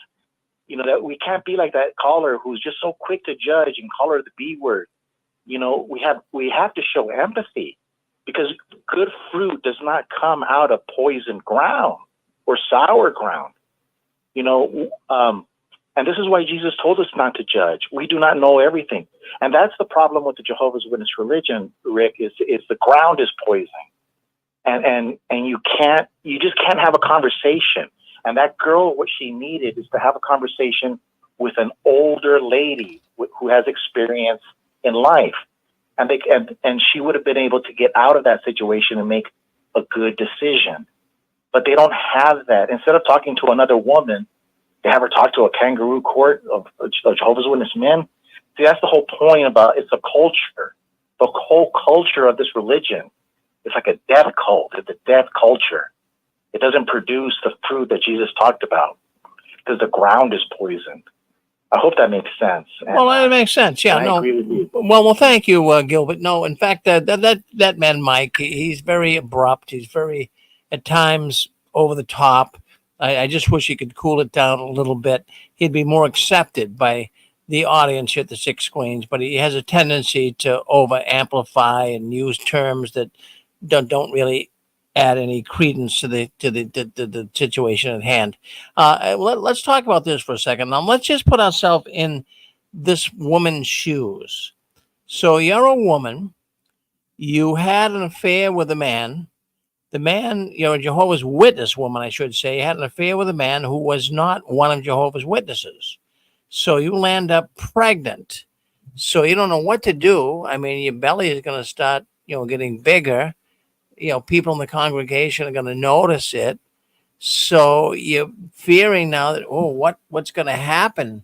I could be disfellowshipped if people found out I was pregnant, and I could be shunned. Do you see the problems this organization causes for people?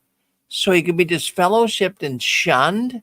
So she chose not to be disfellowshipped and shunned, and she had an abortion. Now, how many times has that happened in the organization? I mean, I never talked about this on the Six Queens. Rick, can I speak up? Yes, go ahead. Rick? Yes, go ahead. This is Zach. Yes, Zachary. Yes. This is reminding me of something when I was real little, 60s, whatever it was. And my mother was at one time a book study conductor. And my father was never a witness. So, she was a book study conductor. And there was a brother who came to our congregation because, obviously we need brothers. And he was going to be the one to replace my mother, as the book study conductor. And I remember her telling the elders that, or telling the congregation servant at that time, he asked, how's he doing? And my mother said he did quite well because, he conducted some of the book studies. He started conducting some before they officially made him the book study conductor. And then he became the book study conductor, and there was a young sister, maybe 30s. She came, and he apparently was dating her. And in a short while, within months, they were married. And maybe a couple months more, she was disfellowshipped. And I heard, some adults saying, it's terrible. This was terrible what she did. Now, I had 2 older siblings, and about 3 months ago, I had a conversation with one of them about them. I said, whatever happened to that sister? Remember, she married brother so-and-so, and then a couple of months later, she was disfellowshipped. And my sister told me that the reason why they got married so fast, the reason why there was this push to get married, is because the sister was pregnant. And that's why she wanted to get married so fast, but it was not the brother's baby. And that's why she got disfellowship. So when you ask that question, how often does this happen in the congregation? If I would probably agree with you. It's more than just the one time that you mentioned. Well, thank you, Zach. Thank you for weighing in on that. I trust your judgment on that. I believe you're correct, and I believe that does happen a lot. Thank you, Zach. Always good to hear from you. Good to hear from Zach. Yeah, good. Isn't it nice to hear from Zach? I Isn't wanted to mention a similar story to the one Zach just told that's in the Bible. I thought of it. Uriah David. No, Mary was 14, and Joseph was not the birth father of Jesus, but he took the rap. Right. So the lady in question that married the Bible study conductor, she should not have been disfellowshipped for that. That's exactly almost the Mary story. So they're not reading the book. I think that hello, am I still unmuted? I can hear you. Oh, okay. I'm just going to say this. The way I understood it is he did not know. Right. Yeah. Can I interject here? I was told directly by an elder before he became an elder, well, a few years, his daughter, who was my stepdaughter's best friend, she got pregnant by a Muslim guy from Iran, as it turns out. And the elders in the congregation told her, it's your choice. If you marry him, we're going to disfellowship you. If you don't, we're going to give you a private reproof. She got pregnant by this guy. I mean, I'm not sure if anybody can tell me what is the rationale for that. Don't marry the father, or you'll get. To me, it's ridiculous. To me, it is ridiculous because, especially if the gentleman is willing to take the responsibility for his progeny. But I didn't have any offspring. I wish now they hadn't ruined my early romance. They will get into young romances and split them up. I think they use worldly wisdom. If you marry, they weren't relying on actually theocratic, which is worldly wisdom too, I guess, because the guy, she didn't marry him. She did get disfellowship, and the guy sued to try to take the kid from her and take it back to Iran. So it's around what year was that? Let me see. It's 1991, I believe. 1991, 92. Yeah. And actually, I hate to even talk about this, but the girl in question, I was accused of having an affair with her. And I just want to briefly tell you that situation. She was the best friend of my stepdaughter, okay? And she had a black boyfriend at the time. And I shouldn't even have said that, should I? But he was very abusive. He was a super ministerial servant. She broke up with him, and he was very possessive. And she said, can you protect me at this circuit assembly? So we put her in the middle of our aisle with our entourage or whatever. He comes by and says, I want to see her right now. And I said, no, you're not going to see her. She doesn't want to see you. And so he went and told the assembly overseer that I was having an affair with her, okay? So I'm pulled out of the assembly while it's on to go behind the stage and have a judicial committee that questioned me about having an affair with this girl, okay? That really happened to me, okay?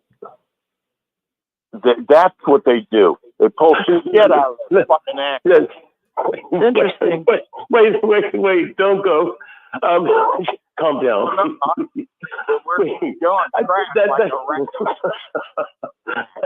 Excuse me, I don't want to cough. I'm like real sick, right? Well, I got issues with the. I got issues too. Join the club, man. I want to comment on what you're saying. Can you hear me? No, it really happened. Okay. No, you. I'm sure it did. Wait a minute. The thing you questioned. On the stage while the assembly's going on. Okay. No. Okay. I wanted to comment on the first case you mentioned. Go for it, dude. We love you, man. Okay. You said that there was someone who was a sister was pregnant, and she met with the elders, right?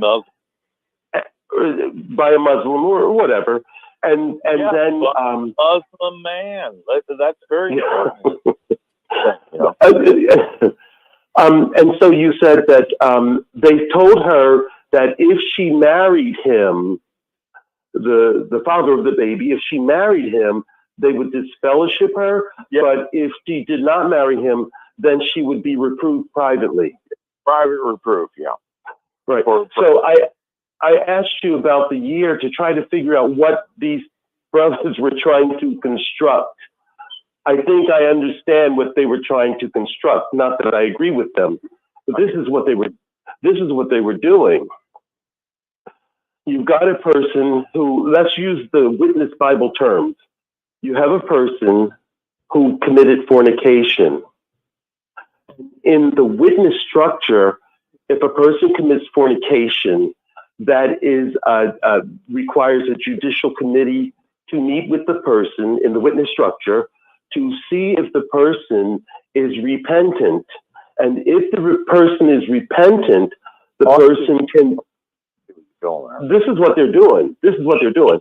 And I asked for that year on purpose to try to see if I could, figure out anything with it. It doesn't matter. But I agree with you. These are not my rules. I'm just trying to explain what they were doing. Okay. Okay. Good. Okay. So judicial committee hearing. They're supposed to be deciding whether she's repentant or not repentant. And the thing they say they look at is works that befit repentance. And they're also, what they're doing here to try to determine, they're pulling in their other Bible principle that they use, marry only in the Lord. And so they're saying, oh, she's going to marry out of the Lord. That's not a work that befits repentance. And that's why they were coming up with their unreasonable decision. There's no concern for the woman or the infant, whether the man's from the moon or wherever he's from. Right. And the hilarious thing, looking at this from far away, the hilarious thing is, why do these young men not have birth control condoms and stuff? Yeah, tell you the rest of the story with this girl, because my daughter married into their family, so I know everything. Anyway, she didn't marry the Islamic guy, and she didn't marry the abusive ministerial servant who followed her into a bathroom in a mall and beat the hell out of her. That happened too. He ends up marrying another brother in a congregation that me and my wife did extensive marital counseling on. He and her husband. And because the wife is convinced he was having an affair. He's a Procter & Gamble accountant executive or something. And she divorced him anyway, even though he never came clean. Then he goes and marries this girl, the blonde girl with the kid from the Islamic guy. My God, this is what's going on over here, man. And now we got a Facebook picture of her, and she's like picked up 200 pounds. She looks like a balloon.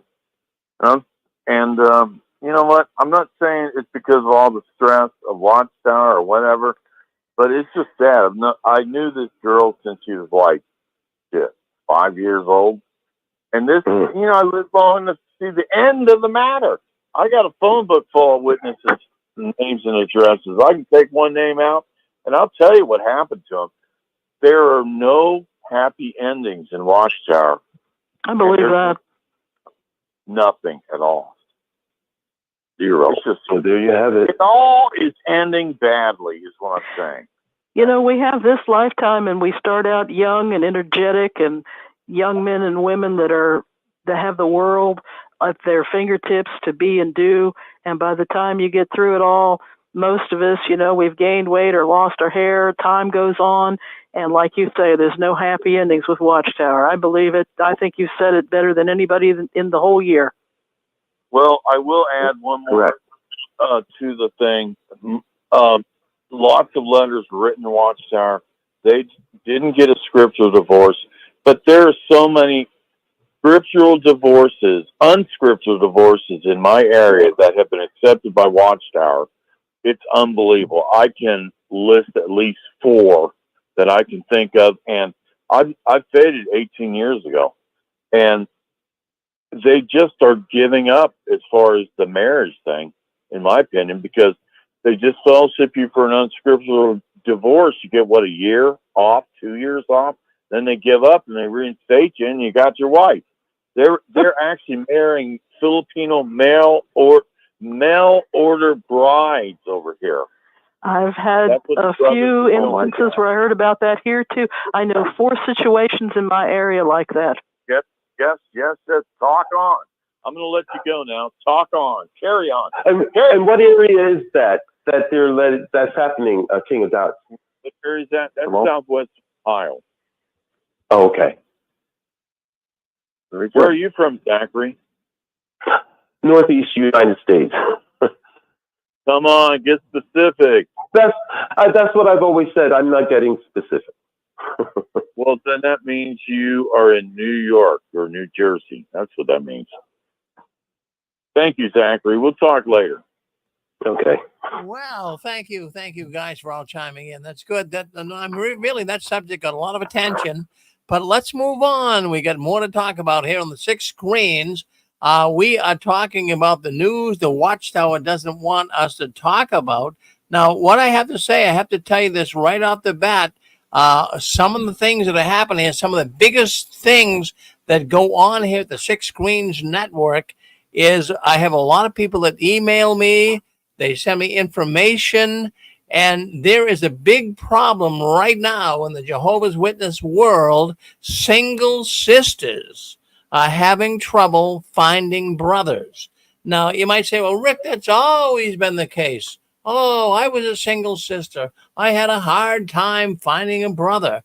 Well, many are saying that this is a big time problem right now. I'm getting all kinds of information coming in here to the 6 screens. In fact, even I'm just going to give you some information that I received here in the last week concerning.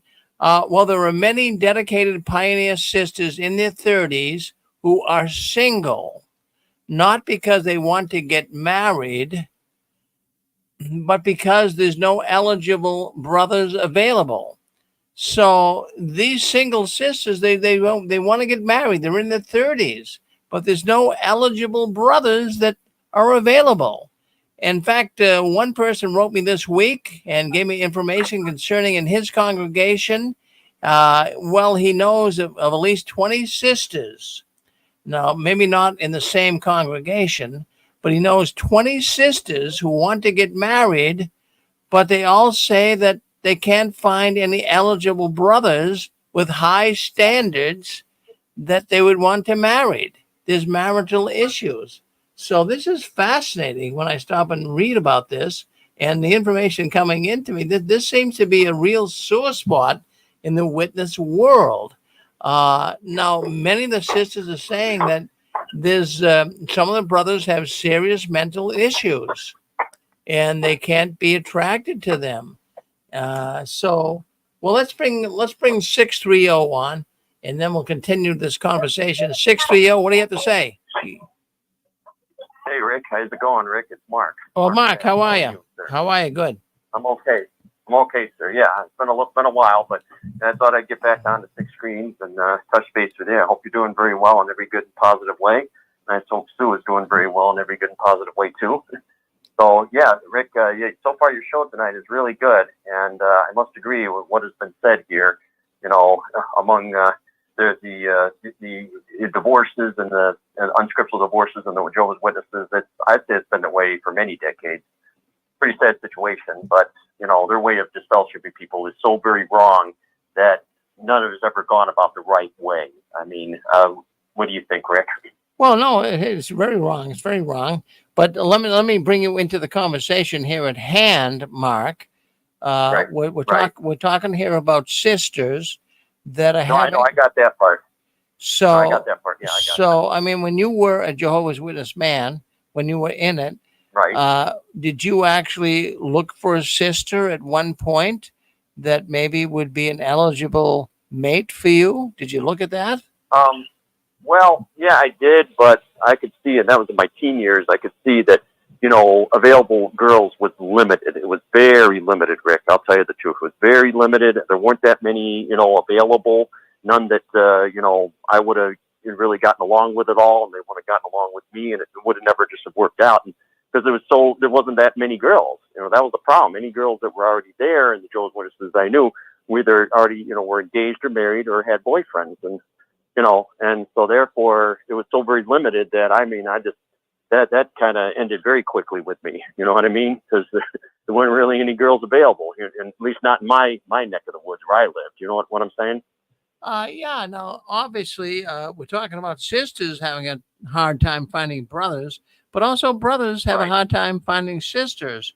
And this is something that deserves attention, and we can talk about it. It's a natural sequence of events. As a person gets a little older, a person becomes a teenager, approaching 20, they're going to be on the lookout for a mate. They're going to be on the lookout for someone that they might be able to spend the rest of their life with. And, this is a problem. I've got information, as I said earlier, that people writing me and telling me, that, especially sisters here, that there's no brothers available. We're having a serious issue finding people that they can connect with. Now, what we're finding is sisters are very desperate, very, very desperate.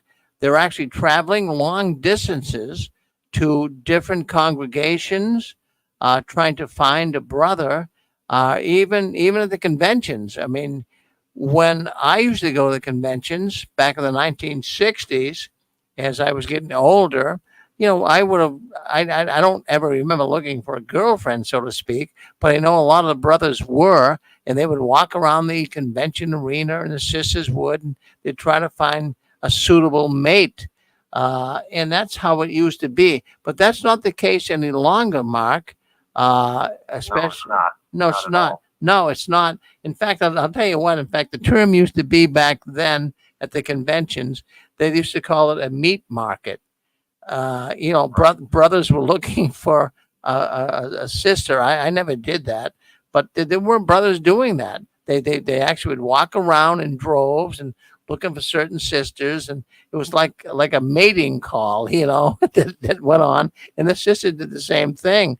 But it's not the same world anymore. I'm getting reports coming into the 6 screens that there's so many feeling that they cannot find a mate, especially women.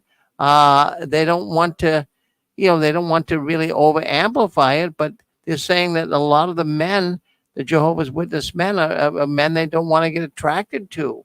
Many of them have a lot of issues, and I'm sure that can happen also with the man saying the same thing.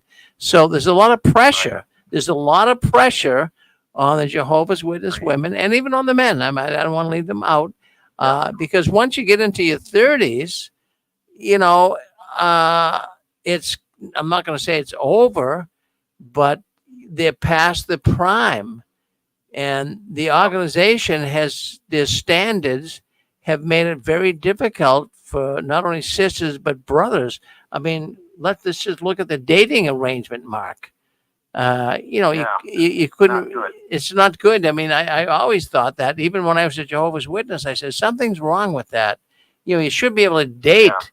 I mean, that's a natural thing in life. You date a person to find out if you like them, and then okay, fine. But geez, the way the Jehovah's Witnesses treat it is, if you date someone, you have to marry someone. That's ridiculous. I mean, I don't find that sensible at all. So they would say that. Very ridiculous. Yeah, yeah. If you have to, if you date someone, you have to have marriage in mind. I mean, come on. I mean, Come on. there were, there were girlfriends I had, but I didn't have marriage in mind.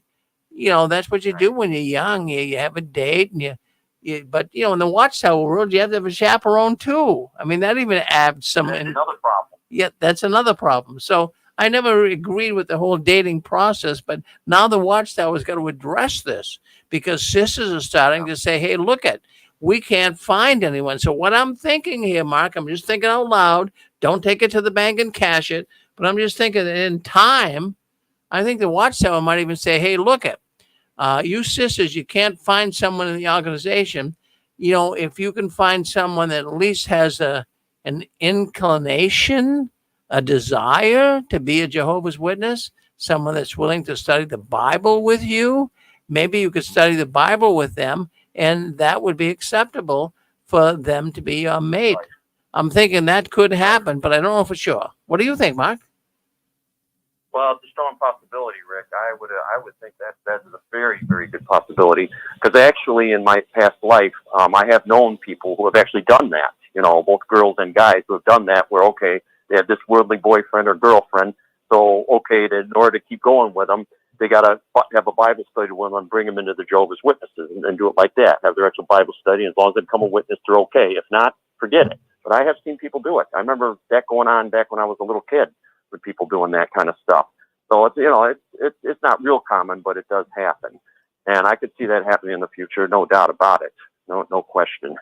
But it's something though, like I said, I gave up on it very quickly in my teen years, knowing it was a waste of time in the Jehovah's Witnesses looking for some girl in the JW. It was just a major waste of time because there was no one available, and there was no point in me trying to find someone. It would just been a disaster anyway, so it wasn't even worth it. So I never really went too far in it, especially, I guess, because where I lived in my area, it was so very limited. When it came to girls in the Jehovah's Witnesses, you couldn't even find them at assembly conventions. I mean, so it's just like it never was a real strong interest for me, and I'm glad I gave up on it. It wasn't worth it.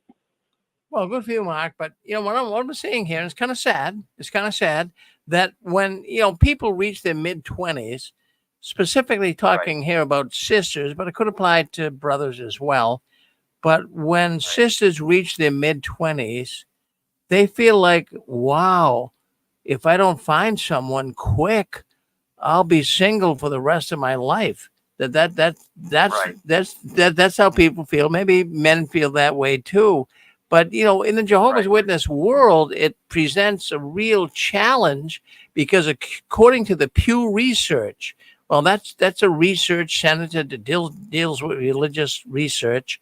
They brought up that 65% of Jehovah's Witnesses are female. So that is way more.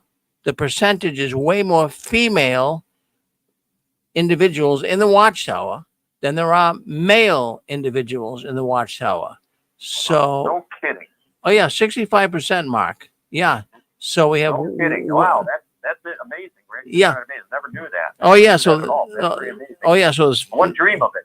Oh no. So there's way more women than there are men.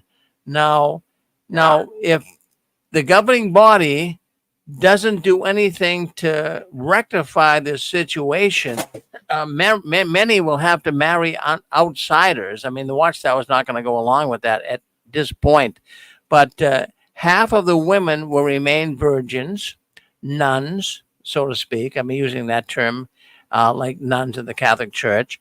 And many of the Jehovah's Witness women will lead a life of servitude.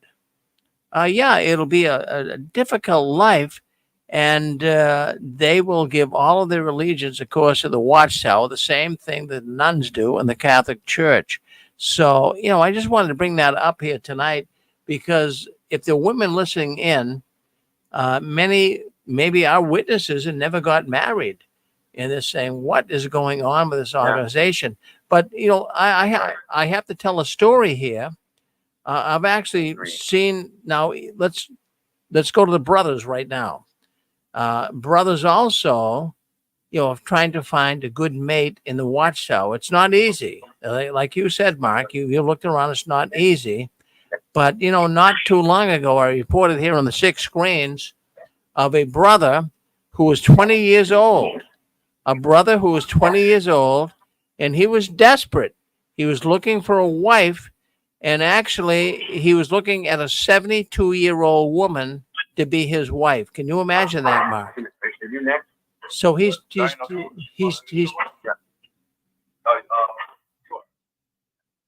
20 years old, and he's looking for a 72-year-old woman, Jehovah's Witness woman, to be his wife.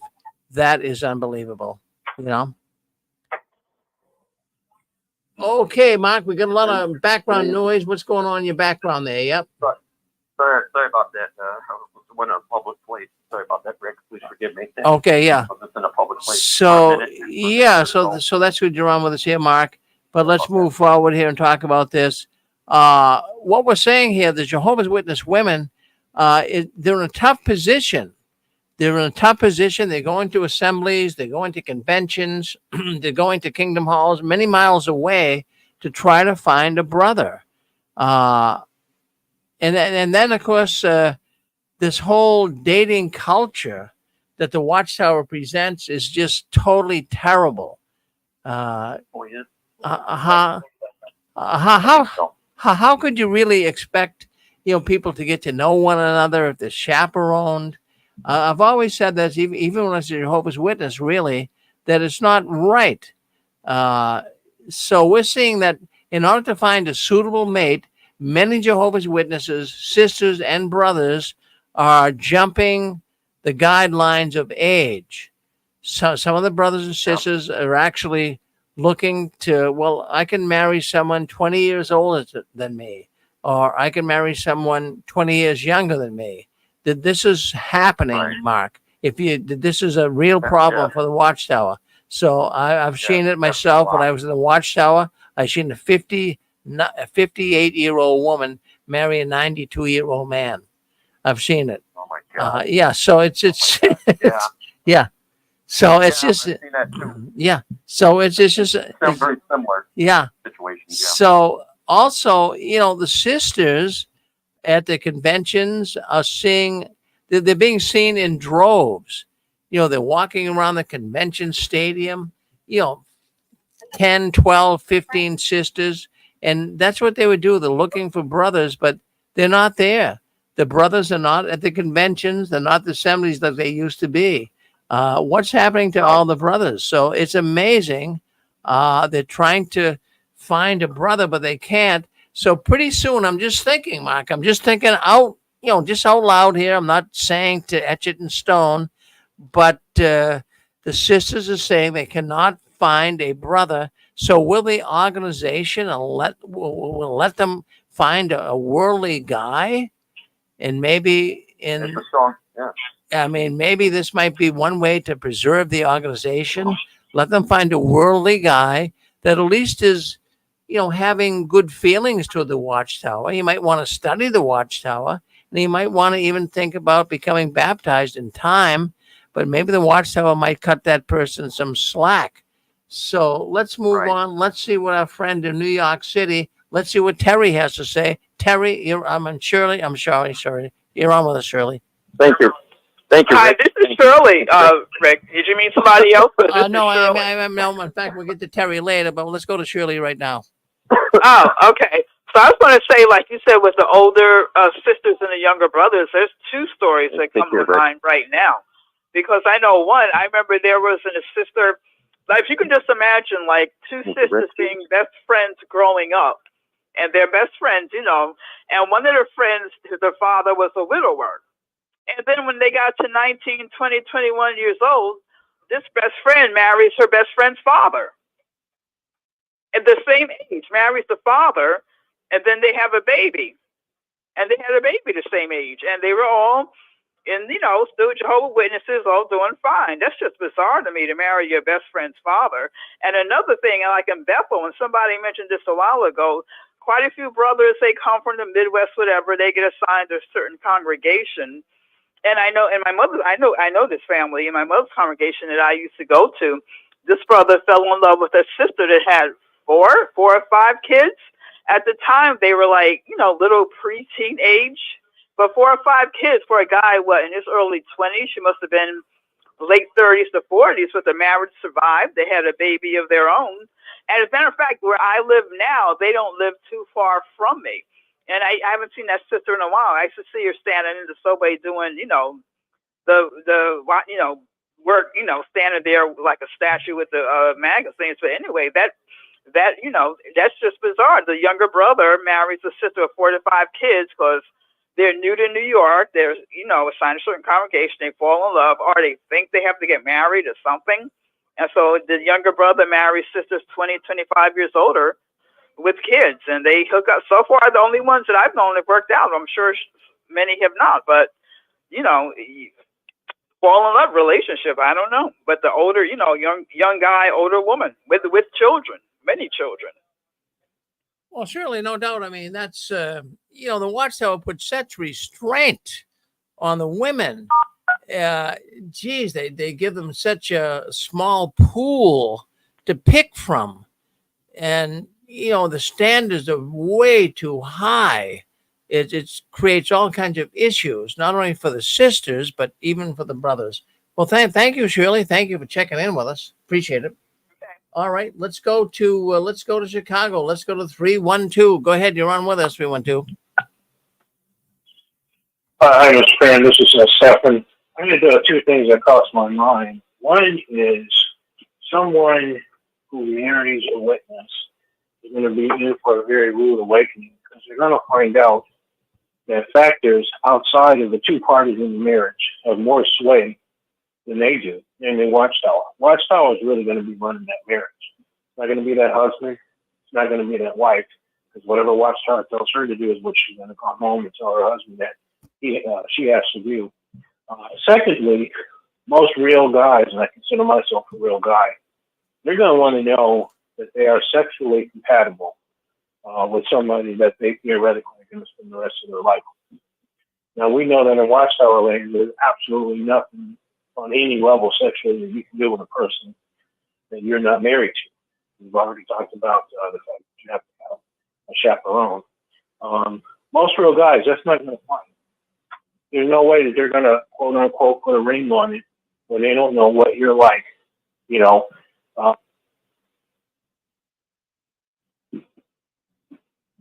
Well, I'm not sure what happened to Stefan, but Stefan disappeared, but we always appreciate him coming on. But, I'm thinking out loud here. The Watchtower is going to have to change their position. If they want women to get married and have children to bring into the Watchtower. Stefan, you back on with us? Go ahead. Yeah. So I'm sorry, I don't know what happened. I got dropped here. So I just can't see how in the world that's going to work.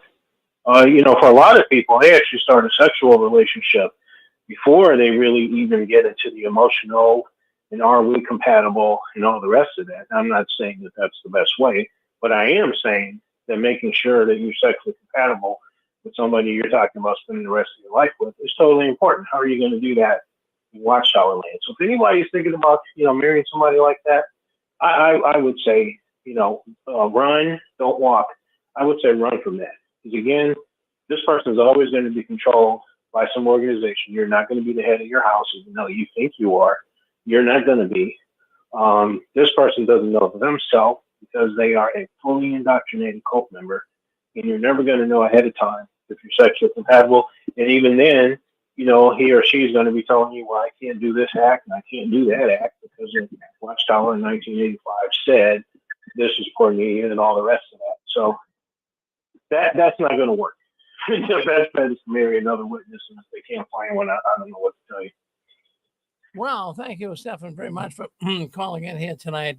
But, I'm thinking the Watchtower is going to have to tell the sisters, now they're going to have to do it in a very subtle way to find a worldly guy. Now, if this person is willing to study and willing to accept the witness ways of doing business, maybe they will let you marry him. I'm just thinking out loud. I'm not saying that's the case. But, I'm thinking here, there's many sisters that have jobs. and many work as receptionists, and they work for people of high caliber. Many of them are lawyers, and many of these guys make six figures. They live in nice apartments and houses. So why wouldn't I mean stop and think about it?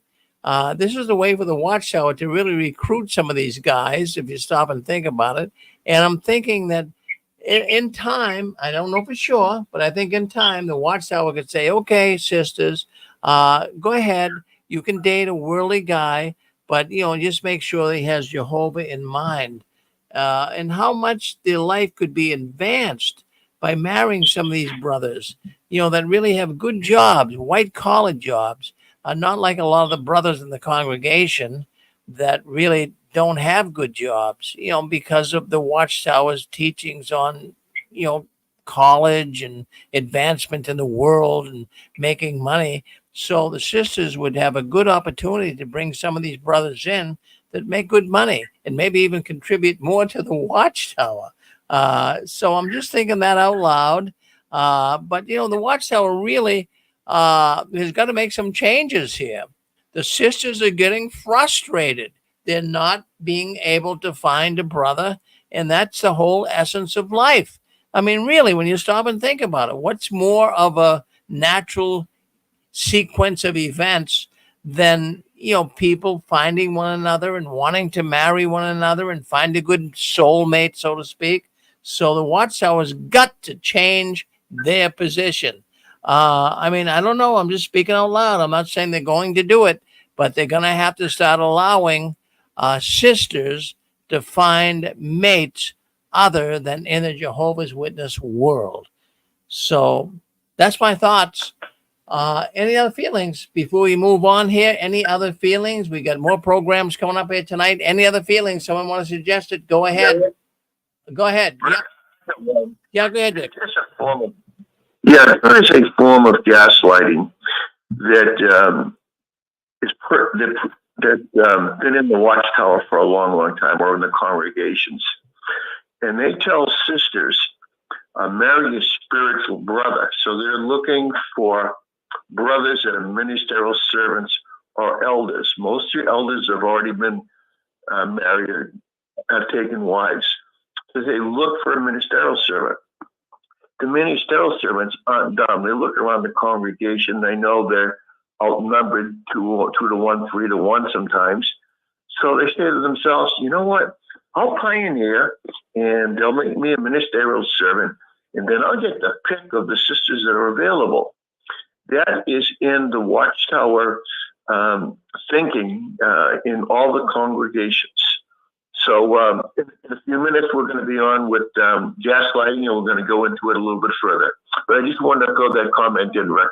Well, looking forward to it, Dick. Thank you. So we're going to end the program, but we got a few things to discuss before we do that. In fact, I just wanted to mention that we will be on the air tomorrow, 6 Screens Sunday. Don't want to miss it. We start at 1 p.m. Eastern Standard Time. We get into theology. We get into biblical reference. And we have a program, Knowing God, after leaving the Watchtower, coming on at 1 o'clock tomorrow. And then at 2 o'clock, we have Anne Marie coming back with us. And ex-Jehovah's Witnesses share their story of the Watchtower. Then at 3 o'clock, we do JAW World News Sunday edition. 4 o'clock, we have the Christian Court. Wow, there's so many peculiar questions that Christians have, and we'll be answering them on the Christian Court tomorrow at 4 p.m. Eastern Standard Time. And then, of course, you want to remember that we also have 5 o'clock, we have Jay Hess. Well, he's a Bible scholar, and he at one time was associated with the Watchtower Bible and Tract Society's writing department. And he comes on every other Sunday, and he'll answer your Bible questions after leaving the Watchtower. That's tomorrow at 5 o'clock, right here on the 6 Screens Telenetwork. All right, so let's go now. Let's talk about the duck. No, I don't think anybody mentioned The Secret Words. We have a beautiful book. Let me put the book up here. I got some really nice books. I want to thank Nathan Natus out of Washington. He put this, look at this, Captives of a Concept. That is a book we're going to be giving away here tonight. If you can answer some of these questions, I'm going to give you some clues, and we'll see if you guys can answer the question so you can win this book, Captives of a Concept by Don Cameron. So I got a limited supply, so let's see if you guys can answer the questions. Okay, let me just see. Do we have someone on here, 714? Did you want to say something, 714? Go ahead. No, I'm just waiting for the question. Who is this, Nadine? I'm just waiting for the clues. All right. Well, I'm going to give you the clues. We got some nice books. Now, listen, if you haven't got your books yet, some have been sent out. There's still more coming. I've been waiting for more books to come in. So it takes anywhere from 3 to 4 weeks to get your books. So you'll be getting them shortly. So don't you worry. I've been putting some of this together today. So let's do this. We're gonna ask. Nobody got I don't think anybody tonight mentioned. It's amazing to me. I got a bunch of secret words here, but I don't think anyone mentioned these secret words. So let's see if someone could win some of these books that we have here. We have this, like I say, the Captives of a Concept. So if you want to win that book, let's go with our first clue. Okay, the Jehovah's Witnesses would gather from time to time, and we all liked it. We used to bring our own, meal. We'd bring some macaroni salad, potato chips. District convention? I get together. Get together. Did someone say get together? That was me, Nadine. Nadine, are you reading my notes or what? Okay, so No. so we got. No, All right, get so together. it's a get together. That's exactly right. No one said get together tonight. So that was one of our secret words. Okay, Nadine, I've got some other stuff coming to you. I'll throw this. This is a beautiful book. So you get this book, Captives of Concept, okay? And I want to thank Nathan Natus for giving us these books. All right, so let's go the next day. Let's go the next word. It's a secret word. So I'm looking here on YouTube as well. I can't look on Facebook. Sorry, friends. I can only do so many things at once. But let's go in. Let's take a look at this. We have another word here that was not mentioned tonight. You've got to get it on the first term. If you don't get it on the first term, you don't win the book. If you get on the second one, I got some other prizes as well. But to get the book, you got to answer it on the first round. Okay, so the Jehovah's Witnesses, they didn't celebrate Christmas. But, many families would celebrate. What would many families celebrate? They wouldn't celebrate Christmas, but Wedding anniversaries. no. So they wouldn't. Baby showers. They wouldn't celebrate. They wouldn't celebrate. They wouldn't celebrate birthdays. I'm sorry. They wouldn't celebrate. They wouldn't celebrate Christmas, but they would celebrate, and they called it The Lord's Evening Meal, the memorial. no. They called it something different here. They wouldn't say Christmas, but it was similar to Christmas. What did they call it? Hanukkah. No. Day. Oh, who said Family Day? Who said Family Day? Did we have someone say Family Day? Charlie? Charlie, send me your address. Your email address. In fact, I need your snail mail address as well. I want to send you a prize. Okay, it's not the book, but Charlie, send me the information that I can send you. I got some prizes here. I'll send you. Okay. Okay, thank you. We do Family Day in June. Yeah, Family Day. Well, I think you knew. I think Charlie, are you new to the 6 screens or no? Yeah, first time. Well, thank you, Charlie, for calling in. Thank you for calling in. Okay, so that's Charlie. So she got Family Day. All right, let's go with another one here. All right, nobody said this one either. Nobody said this one either. So we get some prizes. If you hit it on the first time, you're going to get this book, Captives of a Concept. But if you don't get it, we have some other prizes for you as well. So the clue would be early pioneers. Cold War. Okay, who was the first one that said Cole Porter? Rich, I don't know. I, Pretty close. was that you? Was that you, Thomas? Yeah. No, but I don't know if I was. I guess. Yeah, I said it pretty quick. I think you were first. It's hard to tell, but I think you were first. So I got your I got your box already put together with some books in it. I'm going to throw some special prizes in for you. Okay. Okay, thanks. All right. There you go. All right. So Cole Porter. Okay, let's move on. We got more here. Okay, so let's. So we got more. We got more here that we can discuss. You're gonna win now listen, win the book if you get the first round around, but if not, you get some other prizes. Let's go with this. Matthew 24:44.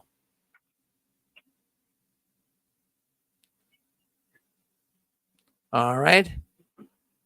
Let's go with the Watchtower's core understanding. The nucleus of the Watchtower. Okay, hold on. Someone says faithful and discreet slave. Who said that? That was me, Robert. Robert, you got a prize. Okay, Robert. So send me your snail mail address. I'll send you some prizes out. Okay, Robert? JW World News at gmail.com. Thank you, Robert. Thank you. All right. All right, let's go to another one. You guys like this? All right. You're going to get a prize if you guys can.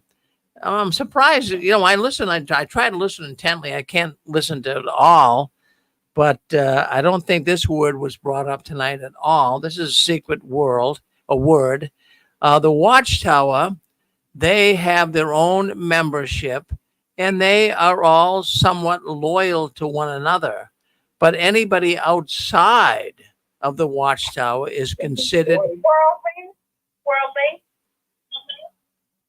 okay. Nadine, I think that was you, but I think someone might have said it earlier. Was there someone else that said worldly? I don't think so. Well, Nadine, you're becoming like the champion here of this program. So Nadine, I got some special stuff coming for you. I'll put it in your box. I got your box all ready to go. So I'll put some more. I really enjoyed that McDonald's gift card also. That's nice. Did you get that? If Okay. you run out of books. Well, If you run out of books. if I run out of books, you take a gift certificate. Okay, I got some really nice prizes here. So I'm putting your box together. Nadine. Okay. All right. All right. Thank you, Nadine. Let's go to another one. All right. So in 1995, the Jehovah's Witness organization, they deleted the idea of when you go door to door, not to refer to the people as Householders and goats. Sheep and goats. who said sheep and goats? Definitely. Stefan, sheep and goats is the answer, Stefan. Sheep and okay, sheep and goats. That's the answer. That was back in 1995. They changed it.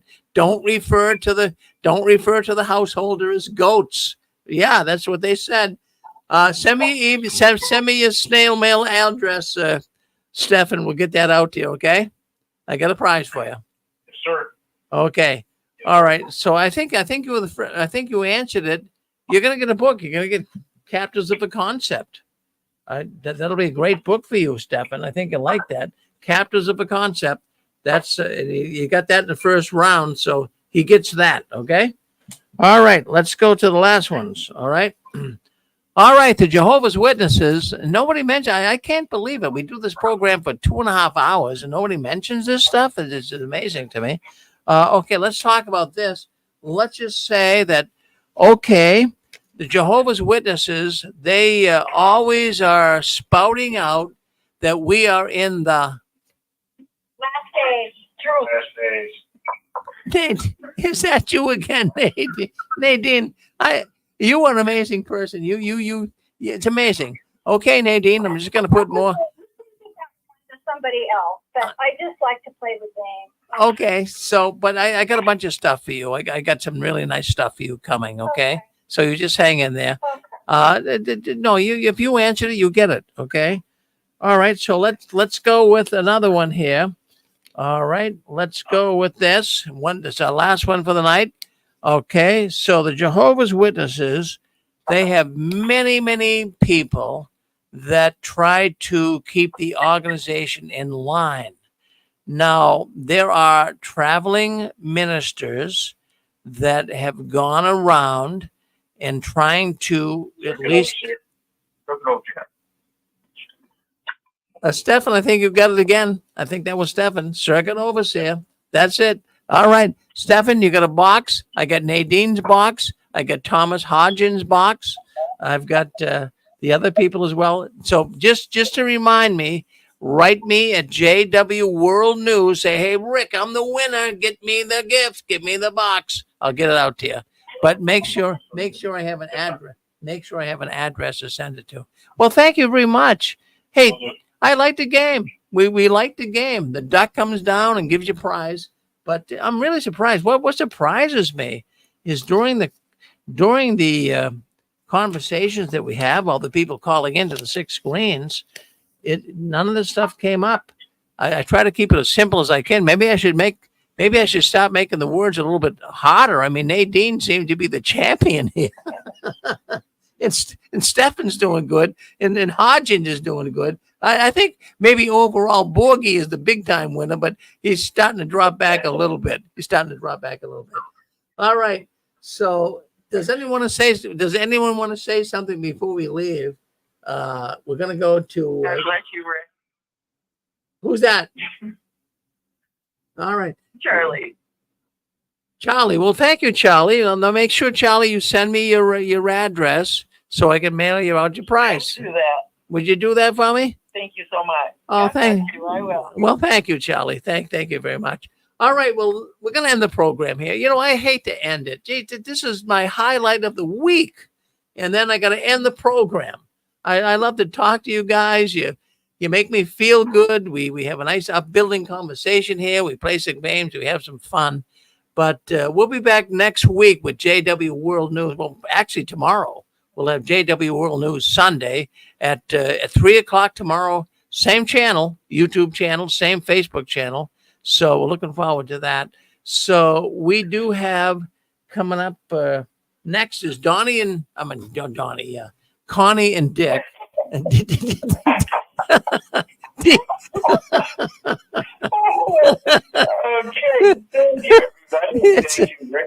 Well, hold on, Dick. I haven't introduced you yet. I'm just talking about you coming up. I'm going to introduce you.